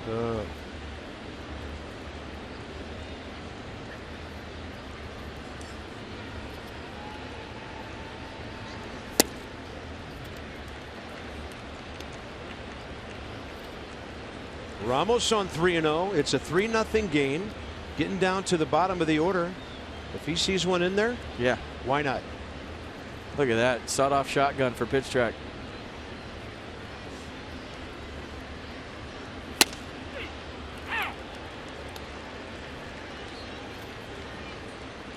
That was a lot of pitches for 3-0, but we'll go with it. Well, that's probably what his entire inning looks like here after walking Rendon. 3-1, like a shot chart in basketball. Ooh, that was a rip. Now the count's full. We'll see if Dusty, up 3-0, does anything with a runner here.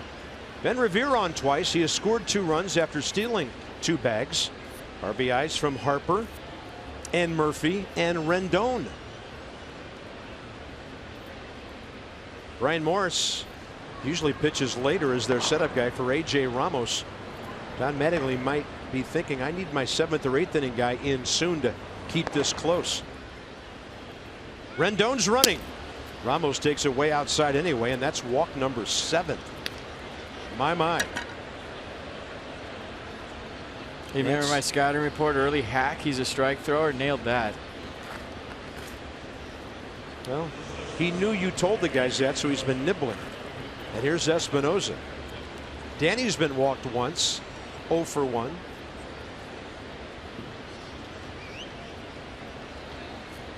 Boy, the Nats have drawn a lot of walks on this road trip. I would say based on 2 games, it might be their best. Yeah, the crazy night in New York, huh? When if they have a road trip where they walked, what, 11 times that night? 7 and counting here in the 6th tonight. Quick emergency visit from Juan Nieves as he falls behind another batter. They keep doing this, they're going to switch to white cleats and be the A's. Oh yeah, the Nats, the on base guys, huh? Well, I mean, it's not like 4-pitch walks. That's what I always say. Pitchers don't give you walks. You earn them by spitting on nasty pitches, fouling off pitches, and eventually getting to the walk. And a lot of times we just assume, oh, they're walking everybody, it's their fault. Well, hey, you're putting up a good at bat against a guy to get a walk at the big league level.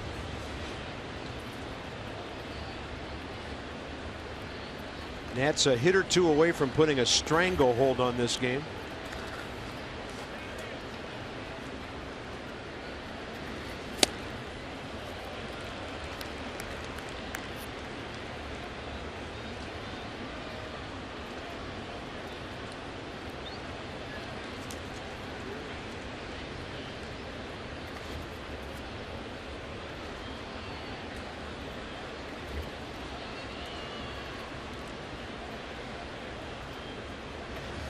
Danny Espinosa pops it up right side. This will be out of play. Goes to 1 ball, 2 strikes. Mets have a 3-1 lead over the Brewers in the 5th inning in New York. The Fightin' Phils are trying to avoid a sweep at the hands of the Braves, leading 3-0 at home, 4th inning. Braves are pitching well.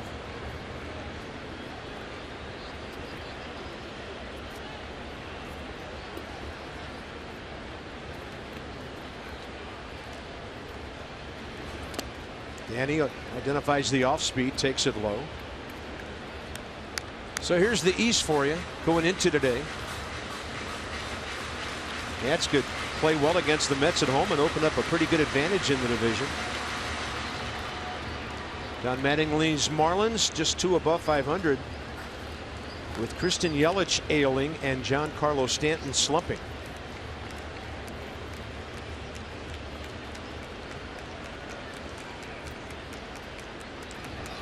Espinosa right up the middle. Here comes Rendon racing home. He will score without a throw, and a big hit from the number 8 spot in the batting order. That's Danny Espinosa's 3rd hit right-handed this year, and RBI number 16.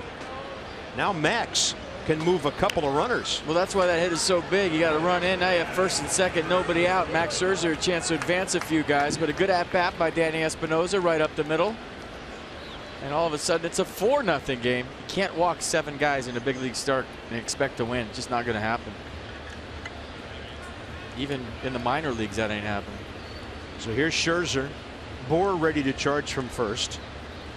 Prado on the grass coming in from 3rd. Scherzer 2 sacrifice bunts this year, 18 in his big league career. Pulls the bat back, strike 1.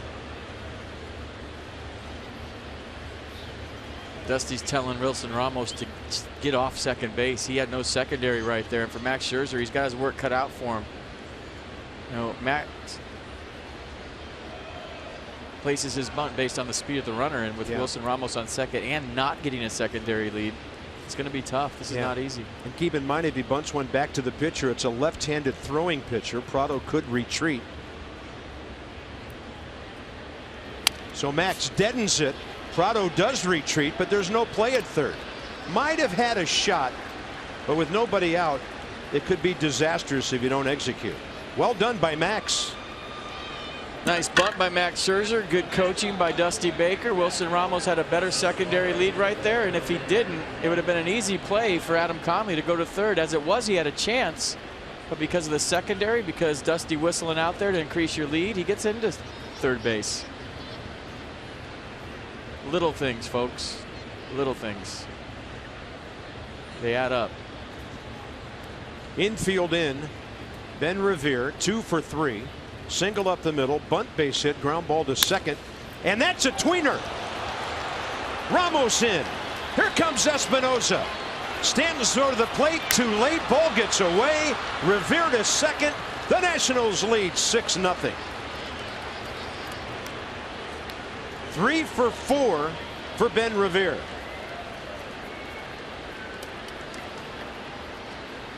This is good baseball. A couple of walks, a base hit, a sacrifice bunt, and now another base hit by Ben Revere. So get him on any way you can, get him over any way you can, and get him in any way you can. Nats flying all over the campsite tonight, and have a day, Ben Revere. Yeah, we thought they might be into the bullpen early, but maybe not this early. 1 out, 6th inning. Conley is done, and Ben Revere is having a great day.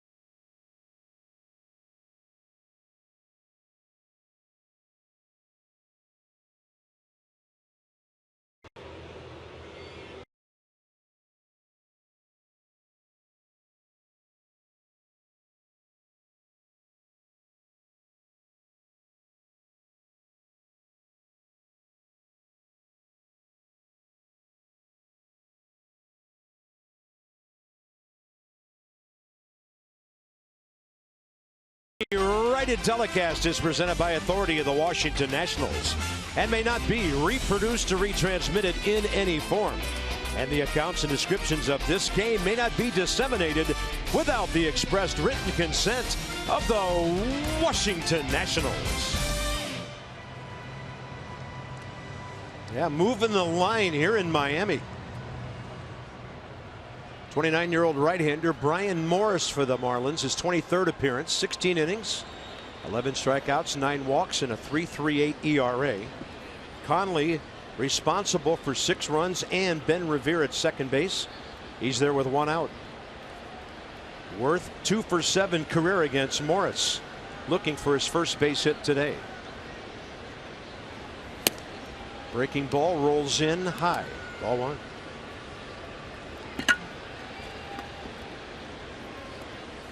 Today the Nats 4 for 7 with runners in scoring position. Ben Revere now 5 RBIs recently.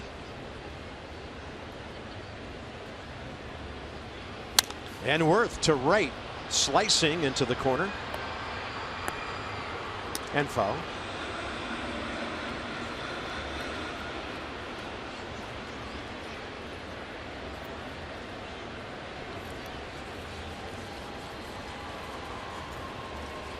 What Jason does here will probably determine what they do with Harper next, even though it's 6-0, because Bryce has hit 2 homers against Morris. And a 1-1. Big rip. It went just off to the right. Inside the numbers, so the Nats trying to make it 6-0 against left-handed starters. So this is what it was coming in.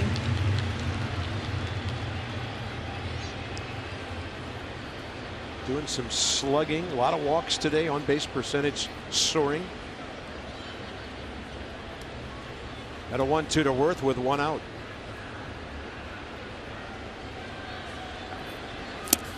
Slow breaking ball, got it. Came right over the top, Morris did with that one. Now we'll see what poison they want to pick with 2 outs. Harper or Murphy. 3 of those 7 walks were intentional today, however, so yeah, take that for what it's worth. Harper in the 3rd, Ramos in the 3rd, Espinosa an inning before that. So Adam Conley done for the day. High pitch count, 106 pitches in 5 1/3. They're gonna let Bryce play so far. Harper high in the air. Out to short left center, and Echeverria under, and Morris comes in, puts out the fire. But thanks to Ben Revere and a couple of walks and an RBI by Espinosa, the Nats put 3 on the board, doubled their lead. Bryce is frustrated, but the Nats lead by 6.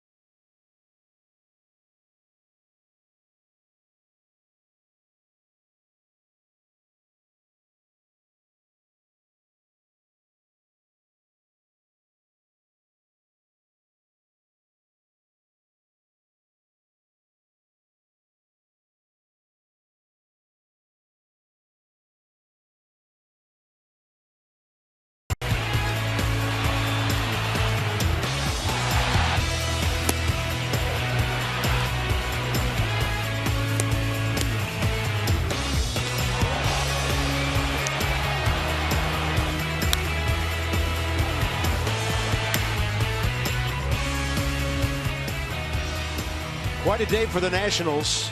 Offensively, 6 runs on 7 hits. Quite a day for Max Scherzer, averaging 11.6 pitches per inning as Mathis leads off bottom 6. Fastball misses inside.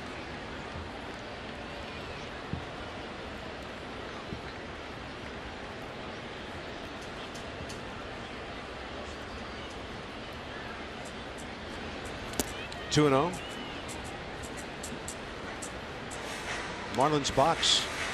2 entries. Ichiro leadoff hit first inning. Prado erased him, lining into a double play, and then Stanton a base hit, leading off the 5th, and he never got beyond second base.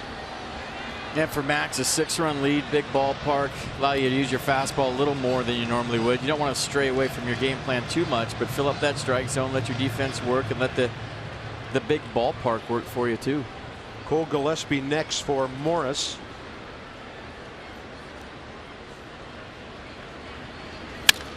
Bouncing ball, Espinosa to his right. Time to set. You know what that means. 6-3, 1 out. Oh, that is so great watching him throw. Into the 3 o'clock hour here in South Florida. It's all Nats as they're trying to go 15-10 on the road, get back to 10 over 500 overall. Bob FP and Dan bringing it to you right here on Masson. A chance for a 4-2 road trip. Next up, Cole Gillespie. 1 plate appearance career against Max Scherzer was a base on balls.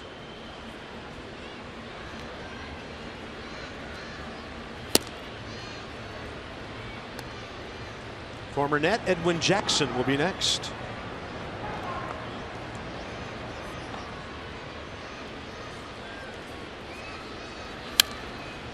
Fastball running in on the right-hander.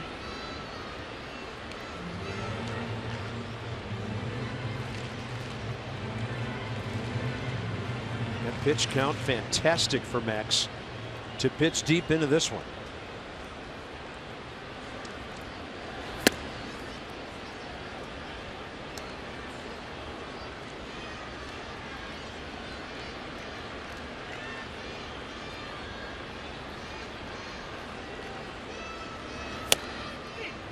Right over the outer edge. Nissan will track it. Little cut on this fastball for Max Scherzer. 93 on the black. And he goes with the hard slider. And Gillespie got a piece of it.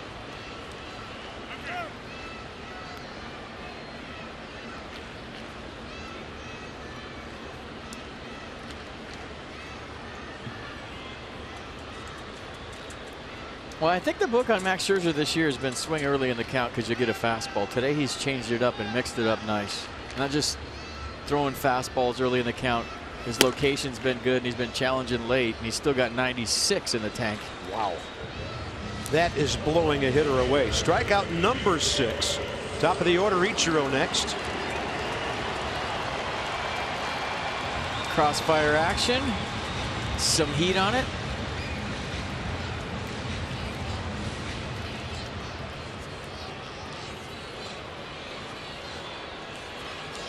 Ichiro 1 for 2, out by an eyelash at first base last time.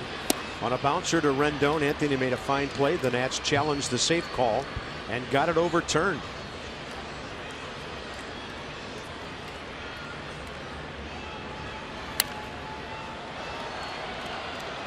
Inside the Numbers brought to you by Jeep. 52 games with 4 hits or more when he added one last night. How about that list? Oh my goodness. Not to mention how many times he did it in Japan too. Look at this guy. 2,956. In this series, he's 6 out of 8. Did he say he's retired after this year? Is that official? I don't know. I mean, who wouldn't love to have a left-handed bat like this on your bench for a couple of years, maybe? He could play till his number on his back, 51. They're going to document every baseball down the stretch, of course. Ichiro is 42 years of age. What a joy to watch him hit. Martin Prado 0 for 2. Yeah, it's not so much the games when you're at Ichiro's age. It's all the preparation it takes behind the scenes to get ready for the game. They get in here at 12:30. You know, the stretching, the training table, the injuries that you have, the hitting in the cage. All of that when you get older is why guys retire. The game's the fun part, but when you get older, it's all the preparation it takes just to get to the game that becomes monotonous. Yeah. And you just, quite frankly, grow tired of it. Once 7 o'clock comes around, yeah, you know, a lot of guys could play into their 40s. It's just the stuff to get ready for 7 o'clock that becomes old. I'd say Beltran Pujols. Pretty sure bets to get there. Not sure about Carlos Beltran. Long way to go at this stage of his career. Ichiro has never played in a World Series. 0-2 to Prado. Well hit to right. Bryce Harper cruising to it. Right there to grab it, and Max Scherzer still shutting out the Marlins in their ballpark on 3 hits.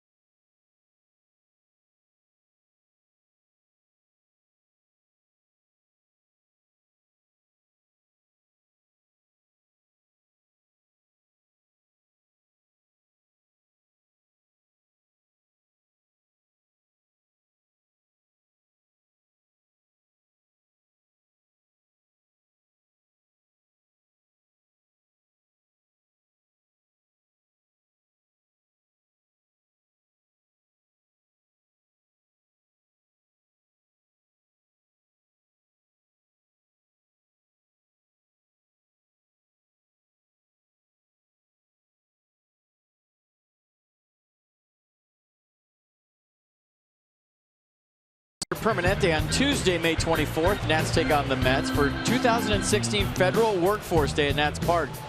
Federal employee ticket discounts are available for this game and all season long by going to nationals.com/VIP and using code GOV16. It's all Nats, 6-0 after 6. And from Largo to Vienna, that's the Silver Line. Glenmont to Springfield.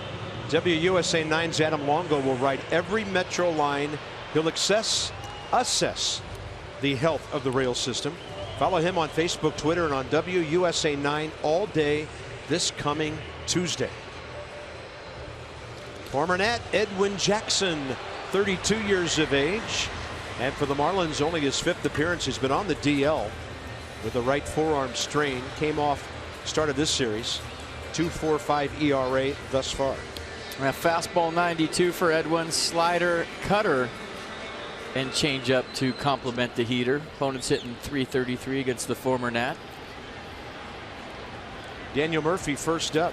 5 for 19 career against him with a home run. Murph on base 2 more times today, one with an RBI single. A big one that made it 2-0 back in the 3rd, and then a walk. Edwin's another guy, if there was a Hall of Fame for people, he'd be in it.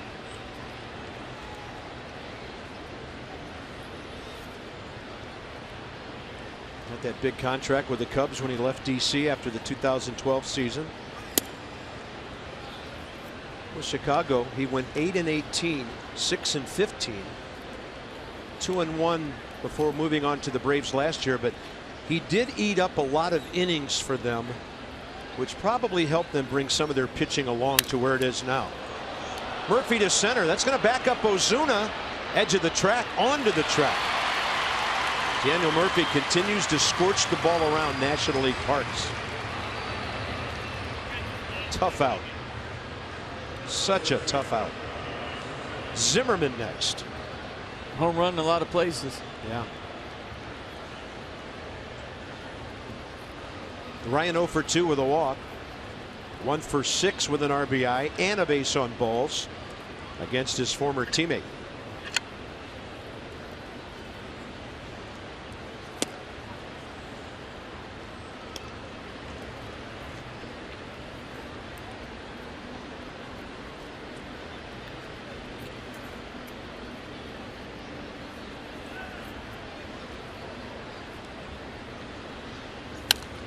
Ryan had a rip.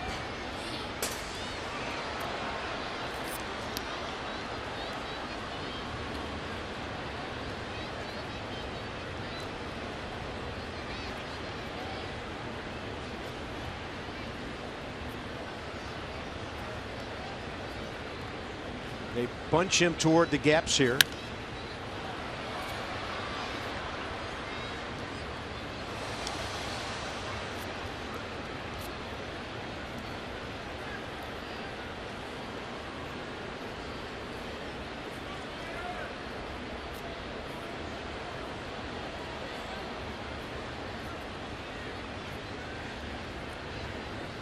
And the 1-2 pitch off the end of the bat to right for Giancarlo Stanton. That ball kind of got out there and died, and he had to make a really good play. 2 outs.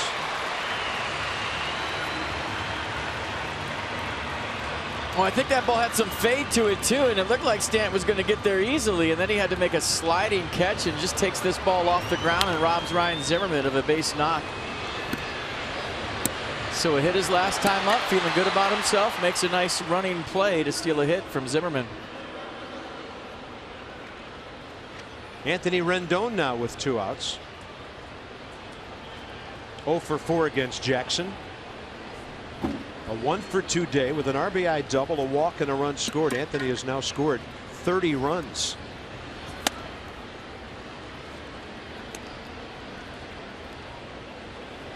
Most on the Nats, tied for 3rd in the league.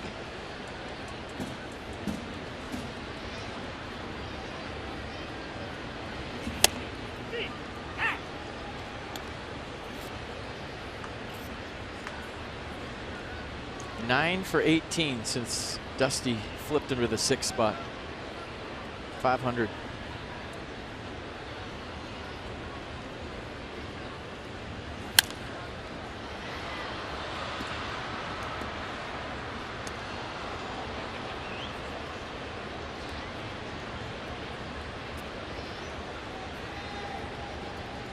Three for 8 in this series. An RBI, 3 walks. Tough homestand coming up. 3 with the Mets, 4 with the Cards. And a 1-2 with 2 outs. So looks like the Nats will go into the homestand with most guns blazing. Dusty got an RBI from his number 8 guy today. Danny Espinosa has been on twice. And they took 2 out of 3 from the Mets up in New York, so that's got to make you feel pretty confident going into that set.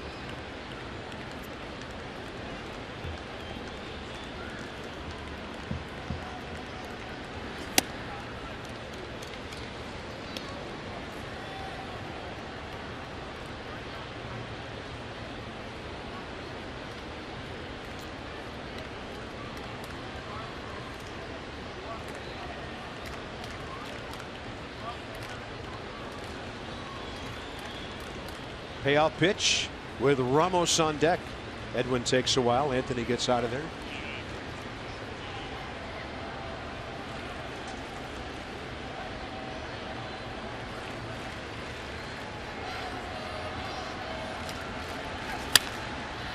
To the 3rd baseman, Martin Prado. Edwin Jackson, a 1-2-3-7. Dietrich, Stanton, and Ozuna coming up. Gorgeous day in Miami, and the scoreboard looking great for the Nats.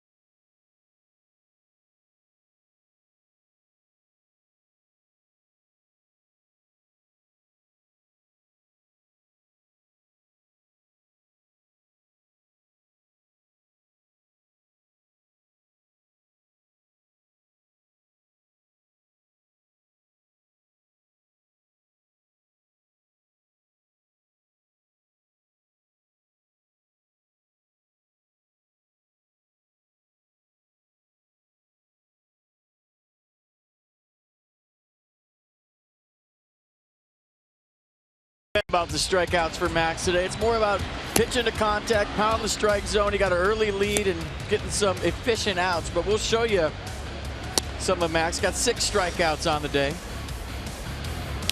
That's the one Bob failed to say see you later on. And there's the changeup. I'm not done yet. To Derek Dietrich with the see you later. It doesn't have to be see you later like a home run. Just casual see you later would just suit me fine, and I'm sure a lot of Nats fans fine.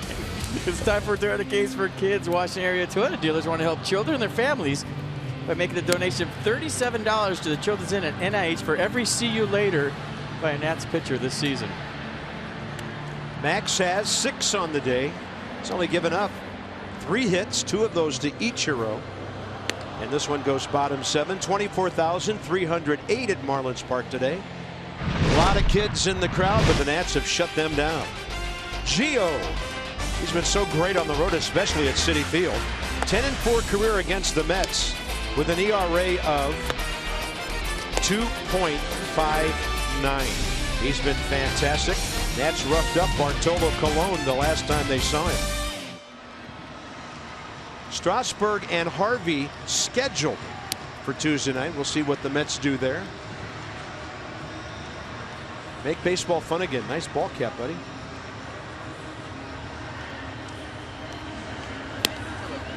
Baseball's fun when you're getting hits and you're winning. Yeah. Otherwise, it stinks. I'm not going to lie. From a player's aspect.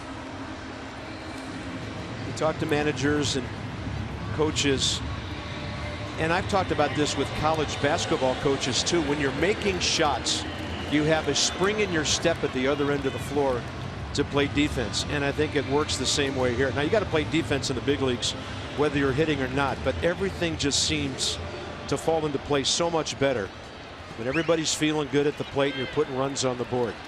And then you've got this kind of pitching to back it up.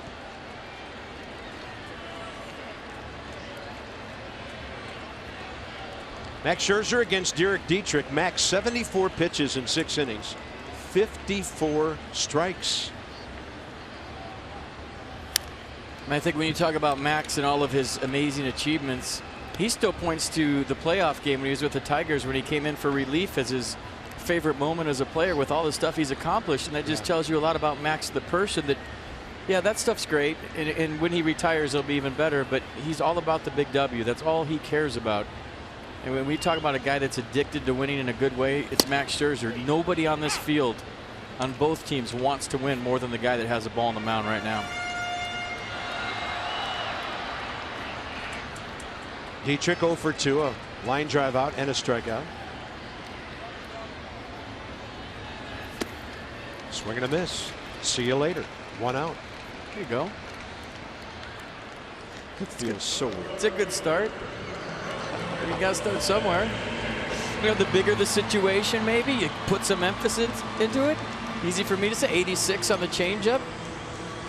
Tell you what. Great tumbling action. Mercedes-Benz showing you that ball ending up unhittable. Closer mode. So here's Giancarlo, who hit one beautifully for them up the middle last time up. Nats are in the shift with Murphy on the left field side of the second base bag.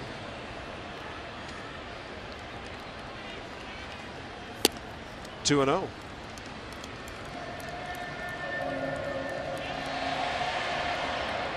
Funny how you get one hit and then the next time up it's not 0-2, it's 2 and 0.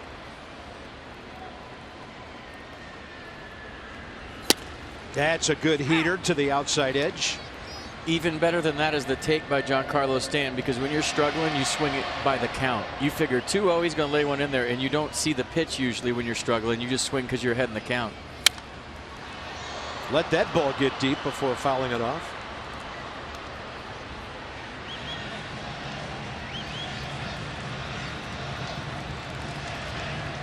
Marlins will be playing the Tampa Bay Rays for the next 4 days. 2 here and then 2 over there. Fastball up. See you in the 9th inning. 2 outs. Maybe in the 9th inning. Well, challenge fastball. You see everything away. This one elevated, and Stanton can't catch up. 97 closer mode. 8 strikeouts for Max now. Marcell Ozuna is next.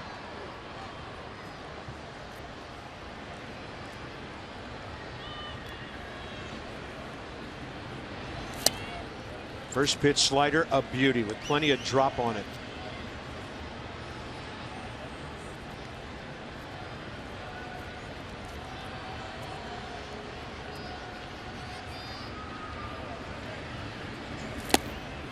All locked up, and it's 0-2.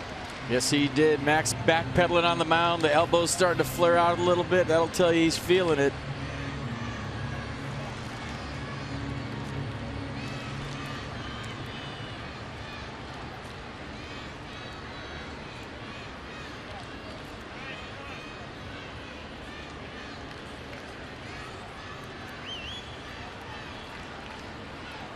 Nothing game. 2 outs, 7th inning. And Ozuna pops one up that'll get out of play.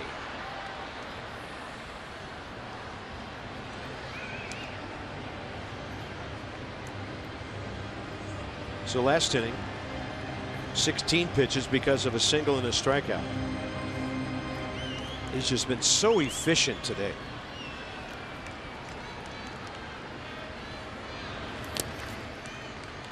There's 2 things you look for body language wise from Max Scherzer when he's locked in. It's the back pedal back up onto the mound, get the ball. The elbows start to flare out. And then every once in a while, like in the 20 strikeout game, to get the Billy Idol lip curl snarl thing going on. All which we love. That's fair. Off the glove of Rendon. And a 2-out base hit for Ozuna. Anthony Sloan picking it up. So Ozuna goes to second. I don't know if Anthony got up from the dive a little beaten up.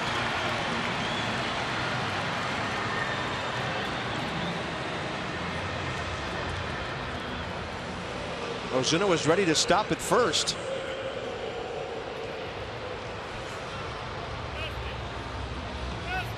Yeah, kind of taking inventory right now after he dove for that baseball, and you wonder if, like you said, he hurt something diving for it.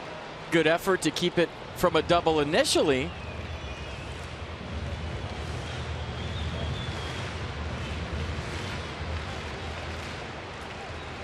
Got to score that a double. Well, they gave him a single and an error. Where's the error? Yeah. There's no error on that play. Other than in judgment on Ozuna going to second or not. There's no physical error on that play. That's the worst call I've seen all year. It's a double all the way.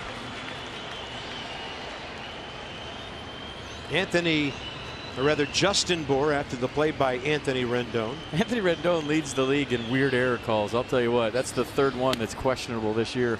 Yeah, the one that sticks out to me, trying to get a runner at home on a bang-bang contact play. Throws high, and they gave him an error. I mean, if he's okay, should he have maybe hustled after that a hair more and got it back in? Yeah, but hey, he didn't know that Ozuna was going to second base. There was no error on that play. That's a double all the way, and I'm sure they'll change it. Bour 0 for 2.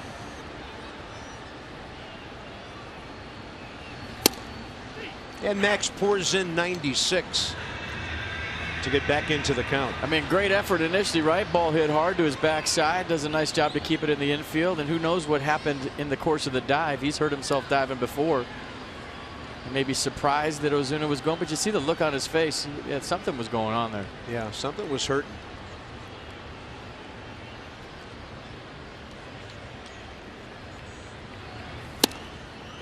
Strike call, a perfect mid-90s fastball to the knees away. Remember last time he got Bour on the changeup that had him reaching for a pop-up. Perfect if you're Max Scherzer, not so perfect if you're Justin Bour. That's 96 on the black. Wow. There is no pull side pop on pitches like that.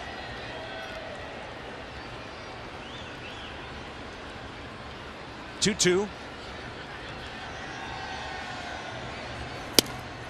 Goes out there again and just missed.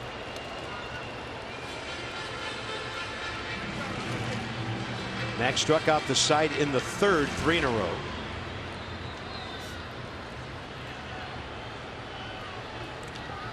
It's number 5, just a little bit out there.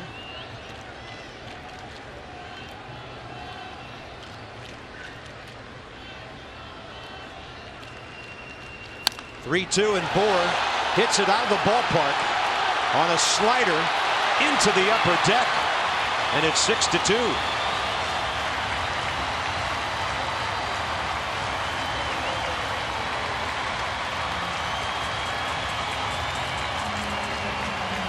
That's his 9th of the year.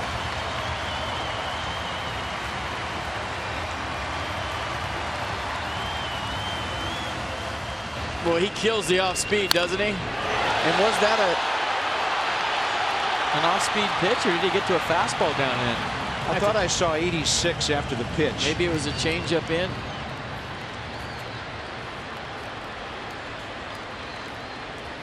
There's Echeverria, swing and a miss. Justin Bour's second 2-run homer of this series.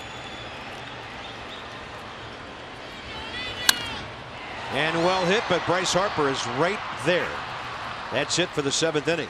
Marlins 3 hard hit balls at the end of that frame. It's 6-2 now.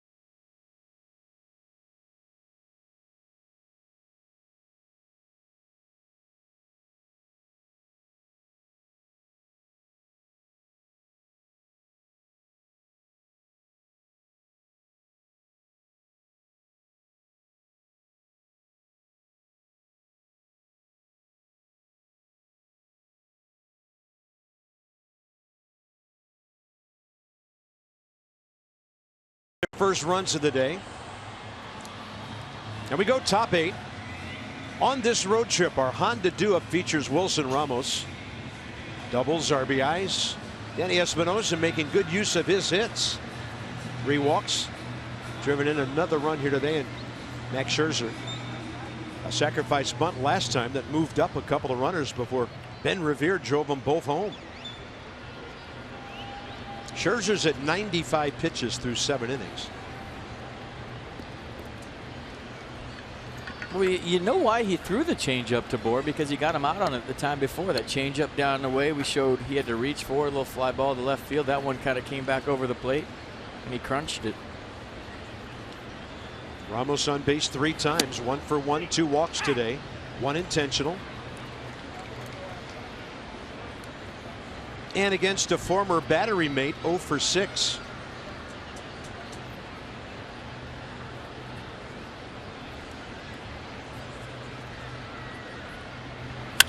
That was center cut, and he took it right up the middle. Wilson Ramos, a perfect day, on base 4 times. 2 more hits. Batting average upwards of 345 again. 350 after that hit. Nice. I love how they tally the batting averages here at Marlins Park real time. Veteran move on your part to look up. Here's Espinosa. Single up the middle last time. That hit's looking pretty good right now, because if Danny makes an out there, maybe the Nats don't score 3 in the 6th to go up by 6. Now that they've given up 2. Espinosa 2 for 7 against Edwin. Fastball low and away, and Mathis had to scramble.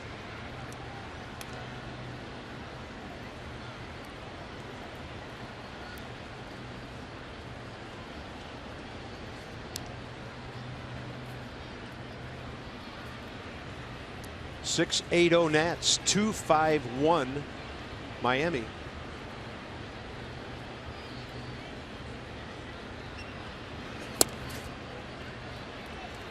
Was there a Miami error earlier in the game? I'm having a hard time finding it. So the error that's on the board is on the Miami column now, not the Washington column. So that must have been a double by Ozuna, which would, in our opinion, be the right call.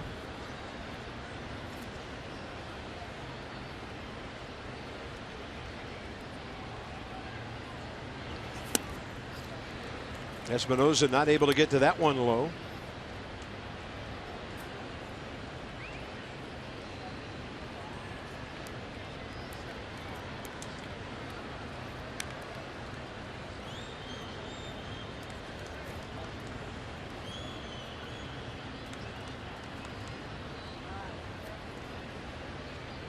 Trying to get aboard so Max could move up a couple more runners. To the right side. They'll get the lead man.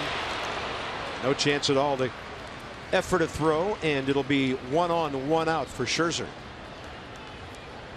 The Peanuts are in town May 24th through May 30th. All kinds of good stuff. There's a Lucas Giolito t-shirt giveaway on the 27th. Bryce Harper bobblehead on the 28th. You can bring your dog to the yard on the 29th. Tickets are going fast, so call the number on your screen right now. Flood their phone lines on a Sunday. Why not? Operators are standing by. Good trade of runners for the Nats. This should make Max Scherzer's job a little more easy.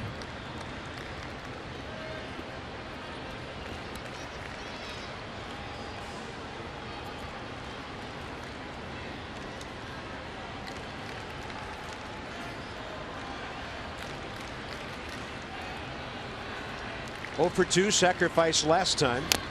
Bounces it off the plate and straight back it goes. 1-1.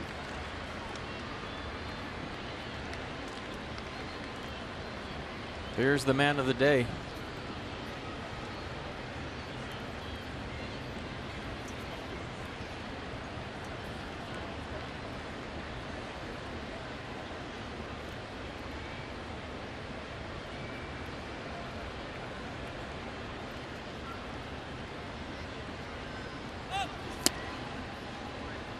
Quite a take.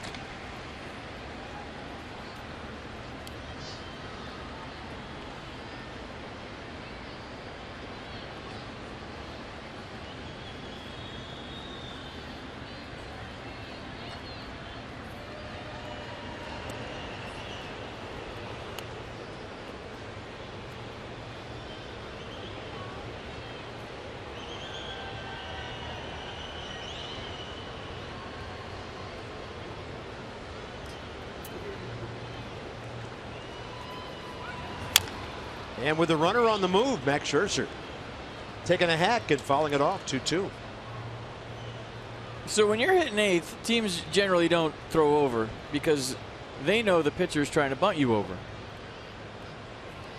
So for Danny Espinosa, he can take advantage of that with a good hitting staff and steal a base once in a while. And if they do, for whatever reason, throw over once, they're just checking you out. They're not going to throw over 2 times in a row. So that's why Espinosa went. Jackson threw over, painted himself into a corner, and he knew he wasn't going to come over again.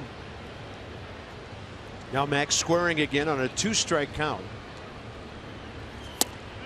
Pulls the bat back. He didn't come close to swinging. Probably closer to a called strike than a swing, and Mike Estabrook said no, he didn't go. 3-2 with 1 out. Bob Henley with a long look into Dusty Baker, actually kind of leaned over to see. Up by 4, you feeling frisky right here, starting Espinosa?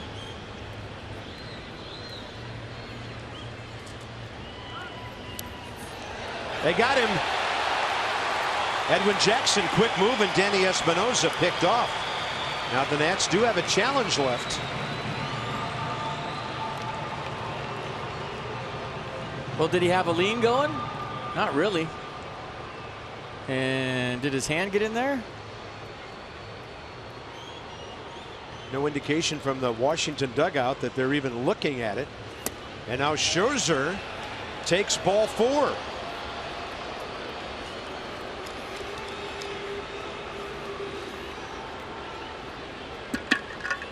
Did he go? Close. Gets the call. I still think Espinosa was safe at first, but there was no argument from Danny or Davey Lopes, and I think that's why Dusty Baker didn't challenge.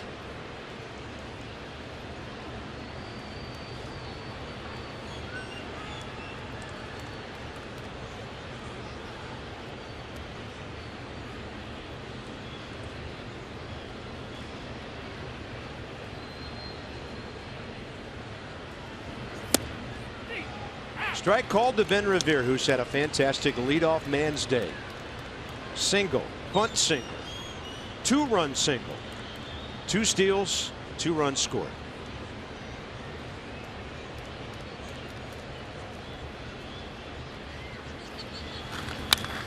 And that ball high in the air, out to right center. Ozuna tracking it. And that's it for the Nats in the top of the 8th inning. So a key bottom of the 8th coming up. Washington by 4.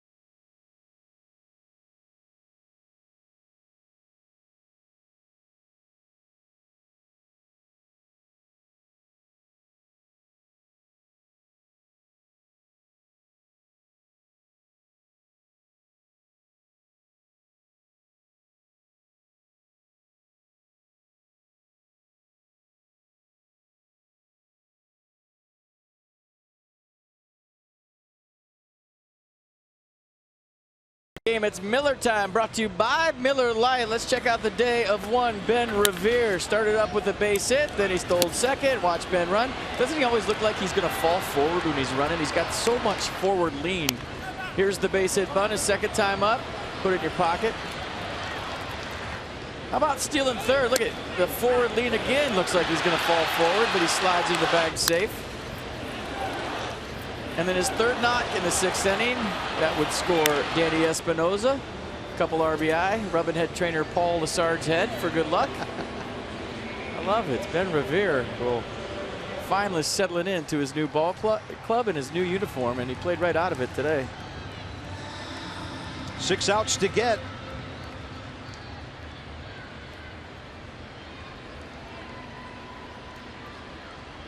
First up, Mathis 0 for 2.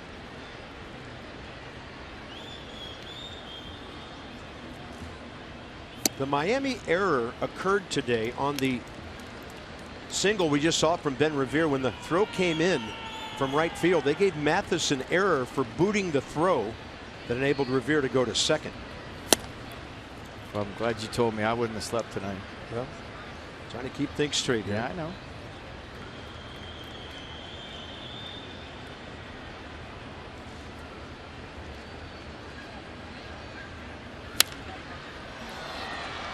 Five outs to get if Revere puts this one away.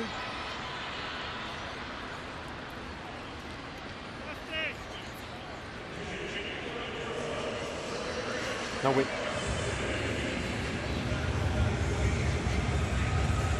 All right, Chris Johnson, the pinch hitter for Edwin Jackson, who gave up a hit, 1 walk, scoreless 2 innings of work, so he's back on his game. Chris Johnson, first career at bat against Max Scherzer.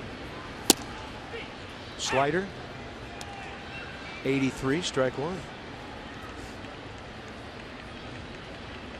Here comes pitch number 100 with 1 out in the 8th inning. That's a base hit. Ichiro coming up. So Max's next start against the Cardinals, and if you're Dusty Baker, do you take that into account right now at 100 pitches?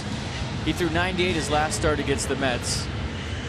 And we've seen Dusty could care less about the 100 pitch count. Mike Maddox going to come out real quick. He got a little hitch in his giddy up today.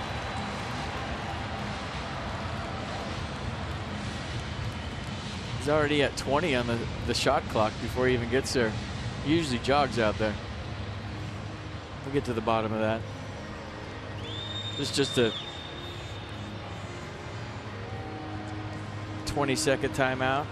Lock back in, reset, and go get him. Clock at 3, 2, 1. Ichiro 2 for 3 today.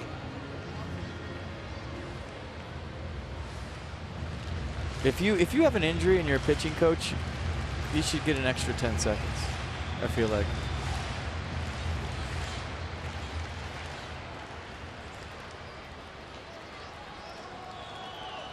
Well, this becomes an important juncture of this game. Marlins down by 4 thanks to the Bohr homer. And Ichiro on the first pitch will pop it up to left for Jason Worth. So a big out, number 2 here in the 8th. It came quickly, and Martin Prado is next. MLB.TV Premium, the #1 live streaming sports service, delivers everything you've come to expect and more. Watch every out-of-market game live in HD at over 400 supported devices. Blackout and other restrictions do apply. Visit MLB.TV for details.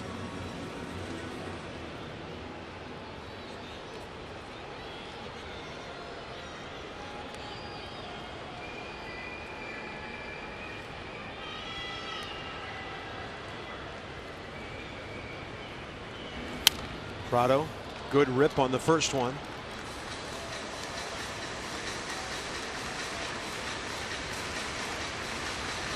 I'm guessing that Perez is up for Dietrich, and this may be Max Scherzer's last hitter regardless. Could be. If he gets on, that's it. If he gets him out, that's it.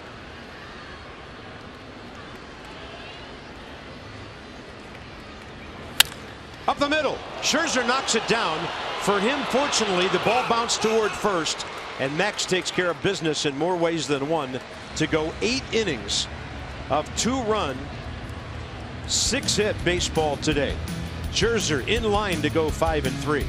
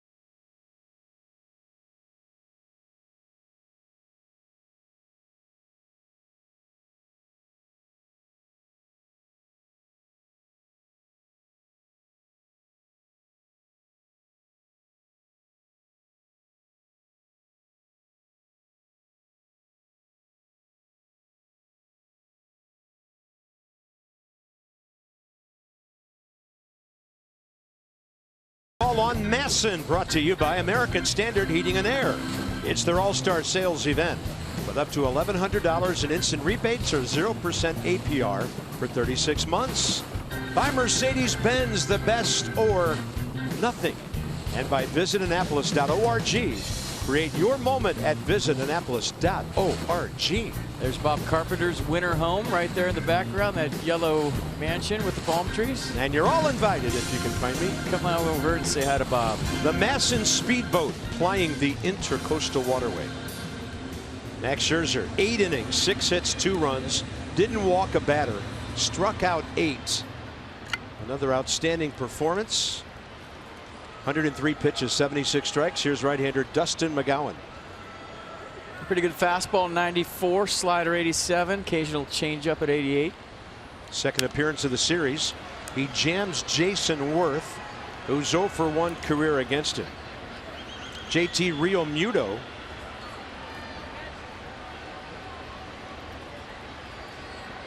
and it's not a double switch. They just took Jeff Mathis out. Pardon me. Realmuto hit for Mathis to lead off that inning. Stand corrected.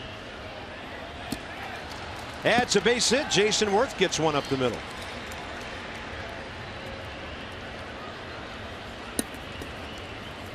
So Jason Worth now 6 for 20 after being moved into the 2 spot. And he's going to get pinch run for by Michael Taylor. That could be important.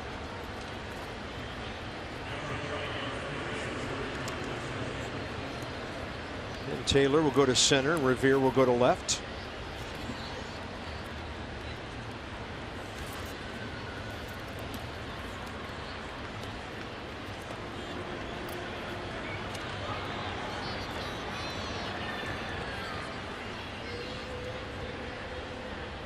And Dusty could be frisky with a runner here if he wanted to.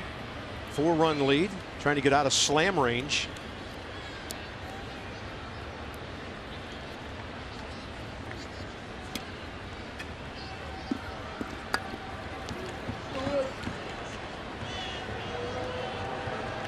Jason talking about he's a little jumpy up there over stride. Take that base hit on the airplane though. Yep. Worth will end this series 3 for 11. Didn't start last night. Had the rough at bat at the end of the game when Giuseppe said a strike call didn't go his way early in the AB. 2-0 to Harper. Look out here. And Bryce lays off. It was well inside.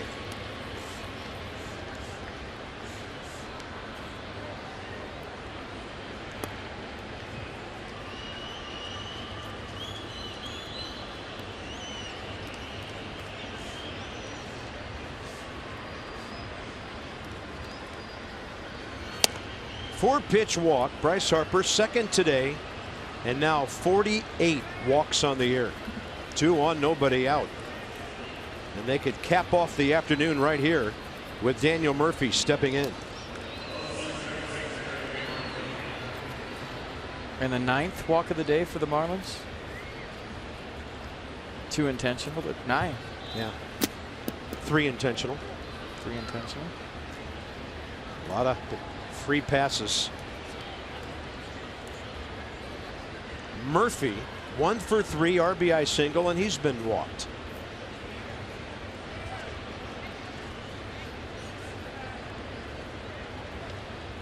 So Bryce Harper has been walked 48 times in 44 games. Murphy a chopper. Dietrich. Did he get the tag? No. He gets 1, and that's big. So second and third, 1 out. A productive out for Daniel Murphy. Did Bryce run past the tag from up here? It looked like he got him. That was close. And maybe because he was having trouble securing the baseball in his glove, didn't allow him to reach. Marlins dugout checking out the replay like we just did. They say play on, and now Don Mattingly will bring his infield in after he makes a pitching change. Show me again. See how he's going for the ball in his glove with 2 hands? If he has 1 hand extended right there, he tags Bryce easily, and Don Mattingly is going to go out and do the whole "can you please look at that again for me" deal. Well, he has a challenge. But do you understand what I mean? If you have the ball in 1 hand right there, it's secure. You can reach further than you can with 2 arms.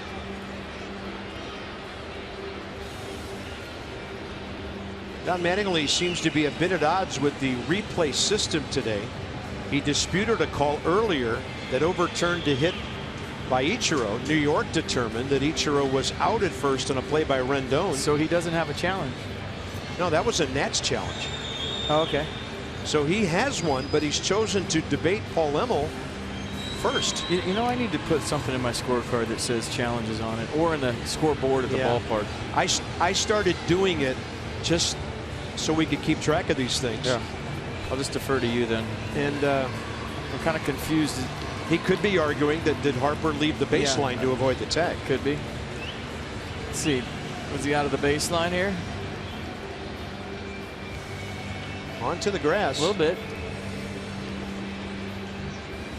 I mean, this is really big because instead of a double play, it's second and third, one out with Zimmerman coming up.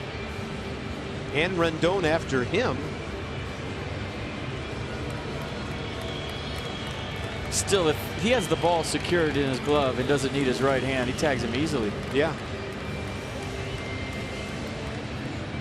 Credit Bryce with running as hard as he could to second base. Ryan Zimmerman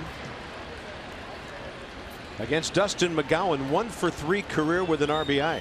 Infield in. Big at bat. That's looking for a knockout punch right here. Tailing to the inside edge, a strike. McGowan, 6th inning. Friday night got Ryan to bounce into a double play. So trying to return the favor and gather his 20th RBI of the season or more. Tried to go in there again and he missed. Oliver Perez. Bottom of the 9th, they'll have Dietrich, a lefty, Stanton, a righty, and Ozuna, a right-hander. Solid day's work by the Nats right-hander. Solid.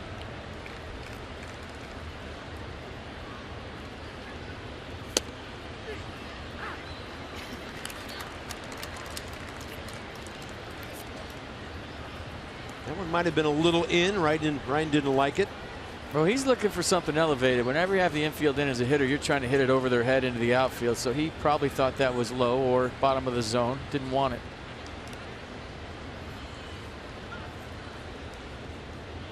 And the 1-2 is well inside, and Real Muto had to reach.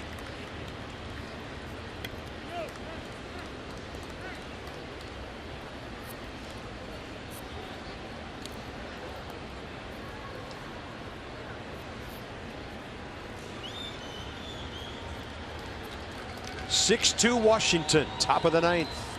Out hitting the Marlins 9-6.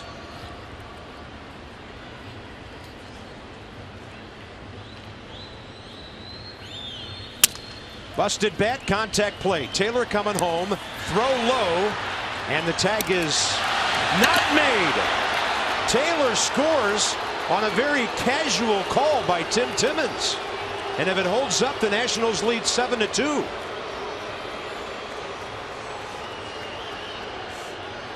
So Mattingly says hold everything. All right. Let's all look at it again. I didn't see it live. Did he miss the tag?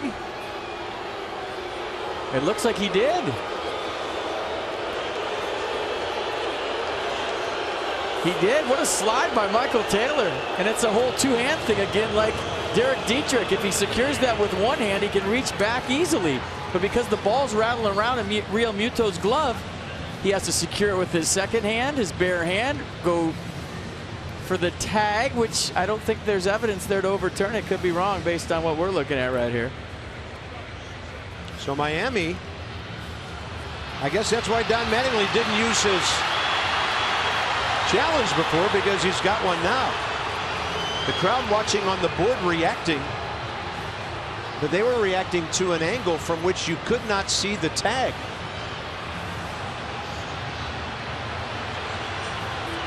Credit Michael Taylor with a tremendous slide. And I don't know if they tagged him. And that would be the Marlins fanning on 2 tags during this inning on the bases.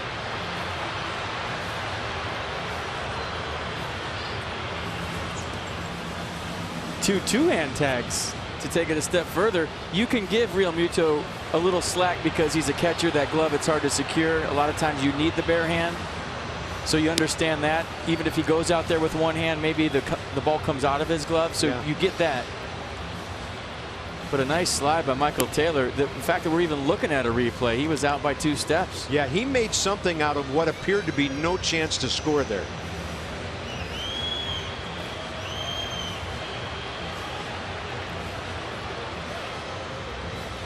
Unbelievable body control by the Nats base runner.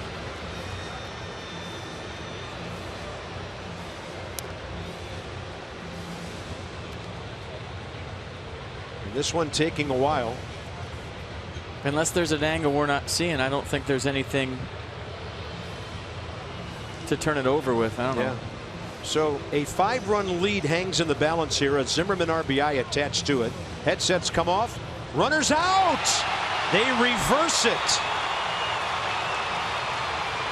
And it's a 5-2 from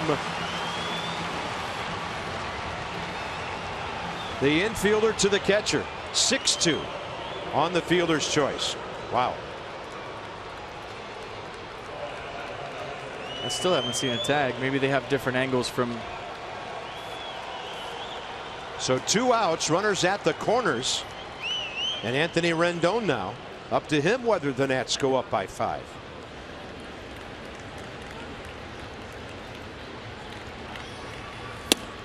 Inside. You see a shirt move, I'm being told, maybe on the Exmo.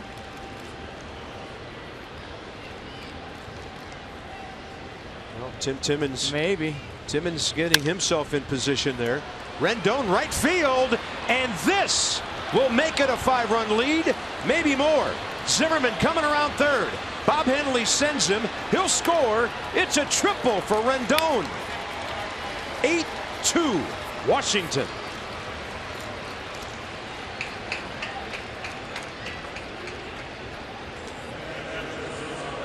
Tony Three Bags clutching up. So scratch whatever you just saw. That didn't happen. It doesn't matter. This does. A slicey line drive to right. Giancarlo Stanton has no chance of getting it because of the placement. Rolls all the way into the corner, and that gives Bob Henley a chance to send Ryan Zimmerman. Bryce Harper already scored, so Tony Two Bags turns into Tony Three Bags. Stay hot, Anthony Rendon. He is locked in, folks. First triple of the year. The Nats 8 runs on 10 hits. And Wilson Ramos the hitter. 2 out, 2-run extra base hit.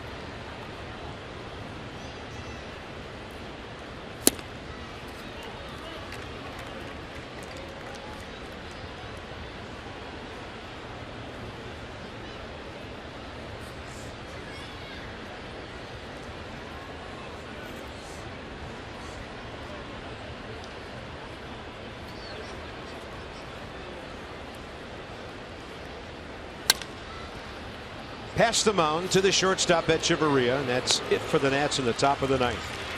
But they put themselves in a great position now for a series win and a 4-2 road trip.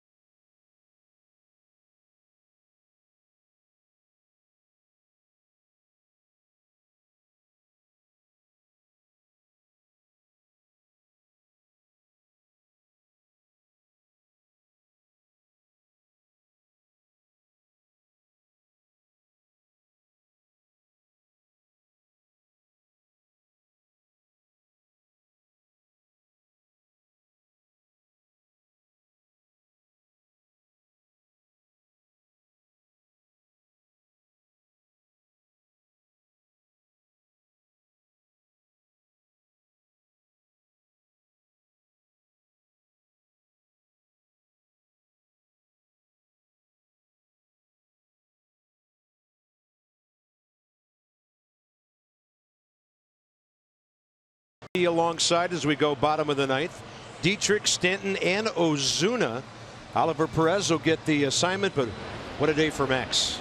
Yeah, he spotted that run in the first inning. He just felt like, okay, that's all I need today. Got a couple more in the third, and then it was the Max Scherzer. So just filling up the strike zone, throwing off speed and fastball counts, fielding his position well. So 103 pitches, 76 for strikes. 8 strikeouts for Max. Gave up just 6 hits and doing his thing with Bryce Harper after the game, after he came out of the game. But a nice outing as he hands the ball to Oliver Perez. 8 strong for Max Scherzer. So 3 outs away from taking a series here, going ahead in the season series, and the Nats trying to get back to 10 games over 500. Dietrich, Stanton, and Ozuna. Derek Dietrich career 0 for 3 against Oliver Perez. Front door breaking ball, a beauty.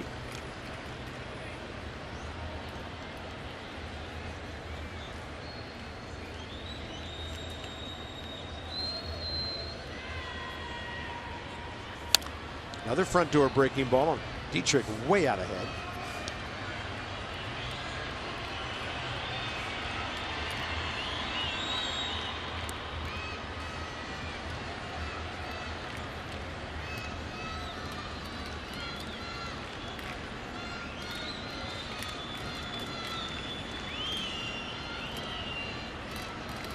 Then the fastball.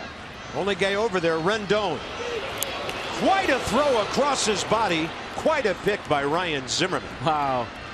You know, normally when you go to your right as a third baseman, it's a couple steps. But when you're in a shift like Rendon just was, he was in a full sprint just to get that baseball. His momentum going right into the Marlins dugout. And he had to throw across his body with something on it. And a nice backhand pick by Ryan Zimmerman to complete the play. Anthony Rendon might be stealing Ben Revere's most valuable player of the game trophy right now. He has done everything today. Well, it's always nice to have more than one candidate. Yeah. Right? Hero of the day. You pick it. I don't know. Max Scherzer, Anthony Rendon, Ben Revere.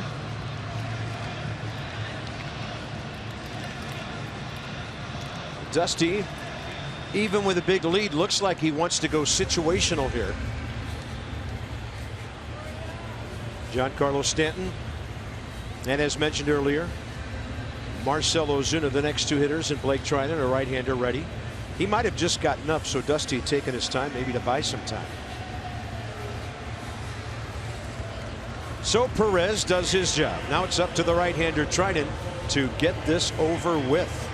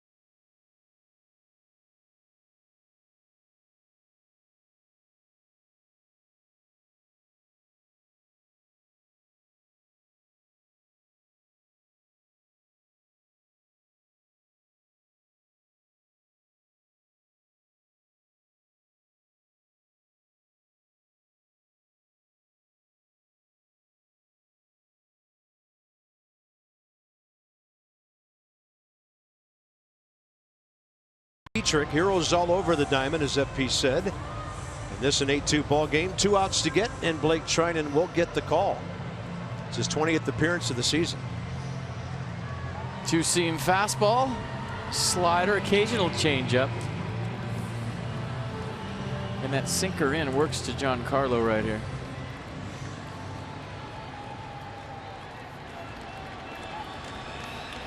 Stanton against Treinen, 1 for 3, 2 walks career.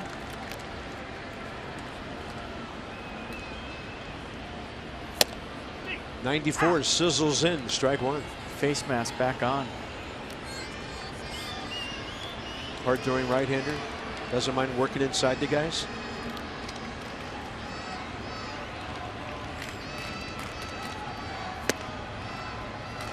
That was a slider that kind of backed up and stayed up and in.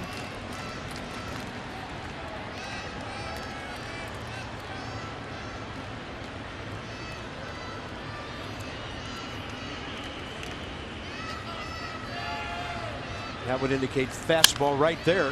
Hot shot. Rendon, no. Espinosa, yes. 2 outs. The left side of this infield is something else. It is. I mean, a long throw for many shortstops in the league is a short throw for Danny Espinosa. Watch him just stand tall. No panic. Good effort by Rendon. He can't get it, but I got your back. And watch him right over the top with a bullet to Ryan Zimmerman. Oh, how hard was that one? Somebody tell me on Twitter. Ozuna, 1 for 3. Final hope of the Fish.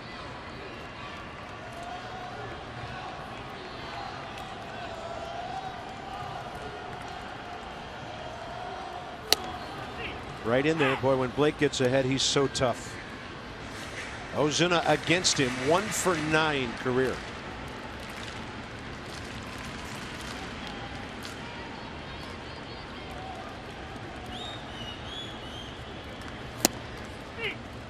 Oh, 0-2. Johnny and Ray standing by, hoping to be speaking to you within seconds on the W.B. Mason Nats Extra postgame show.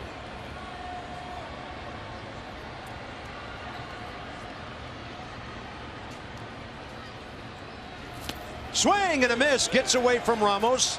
A throw to first ends the series, and that's it. The Nats win it, going away 8-2. Well, it's such a big win. 3-3 road trip versus a 4-2 road trip. Now you're going home to take on the second place Mets. Nicely done. Nice bounce back after a tough loss last night. Resilient bunch. Dusty Baker's ball club with a good game and a happy flight home to see everybody back in D.C. Yeah, come on and join us at the ballpark, guys. It'll be a fun week. The Mets and St. Louis coming in. The Nats, they might have been frustrated from that narrow loss last night, but they bounced right back today. Dominated the Marlins and won it 8-2. Tomorrow, it's Gio and Bartolo Colon. Nats Extra, 6:30. This has been a presentation of Mass and Johnny and Ray, standing by with our Nats Extra postgame show.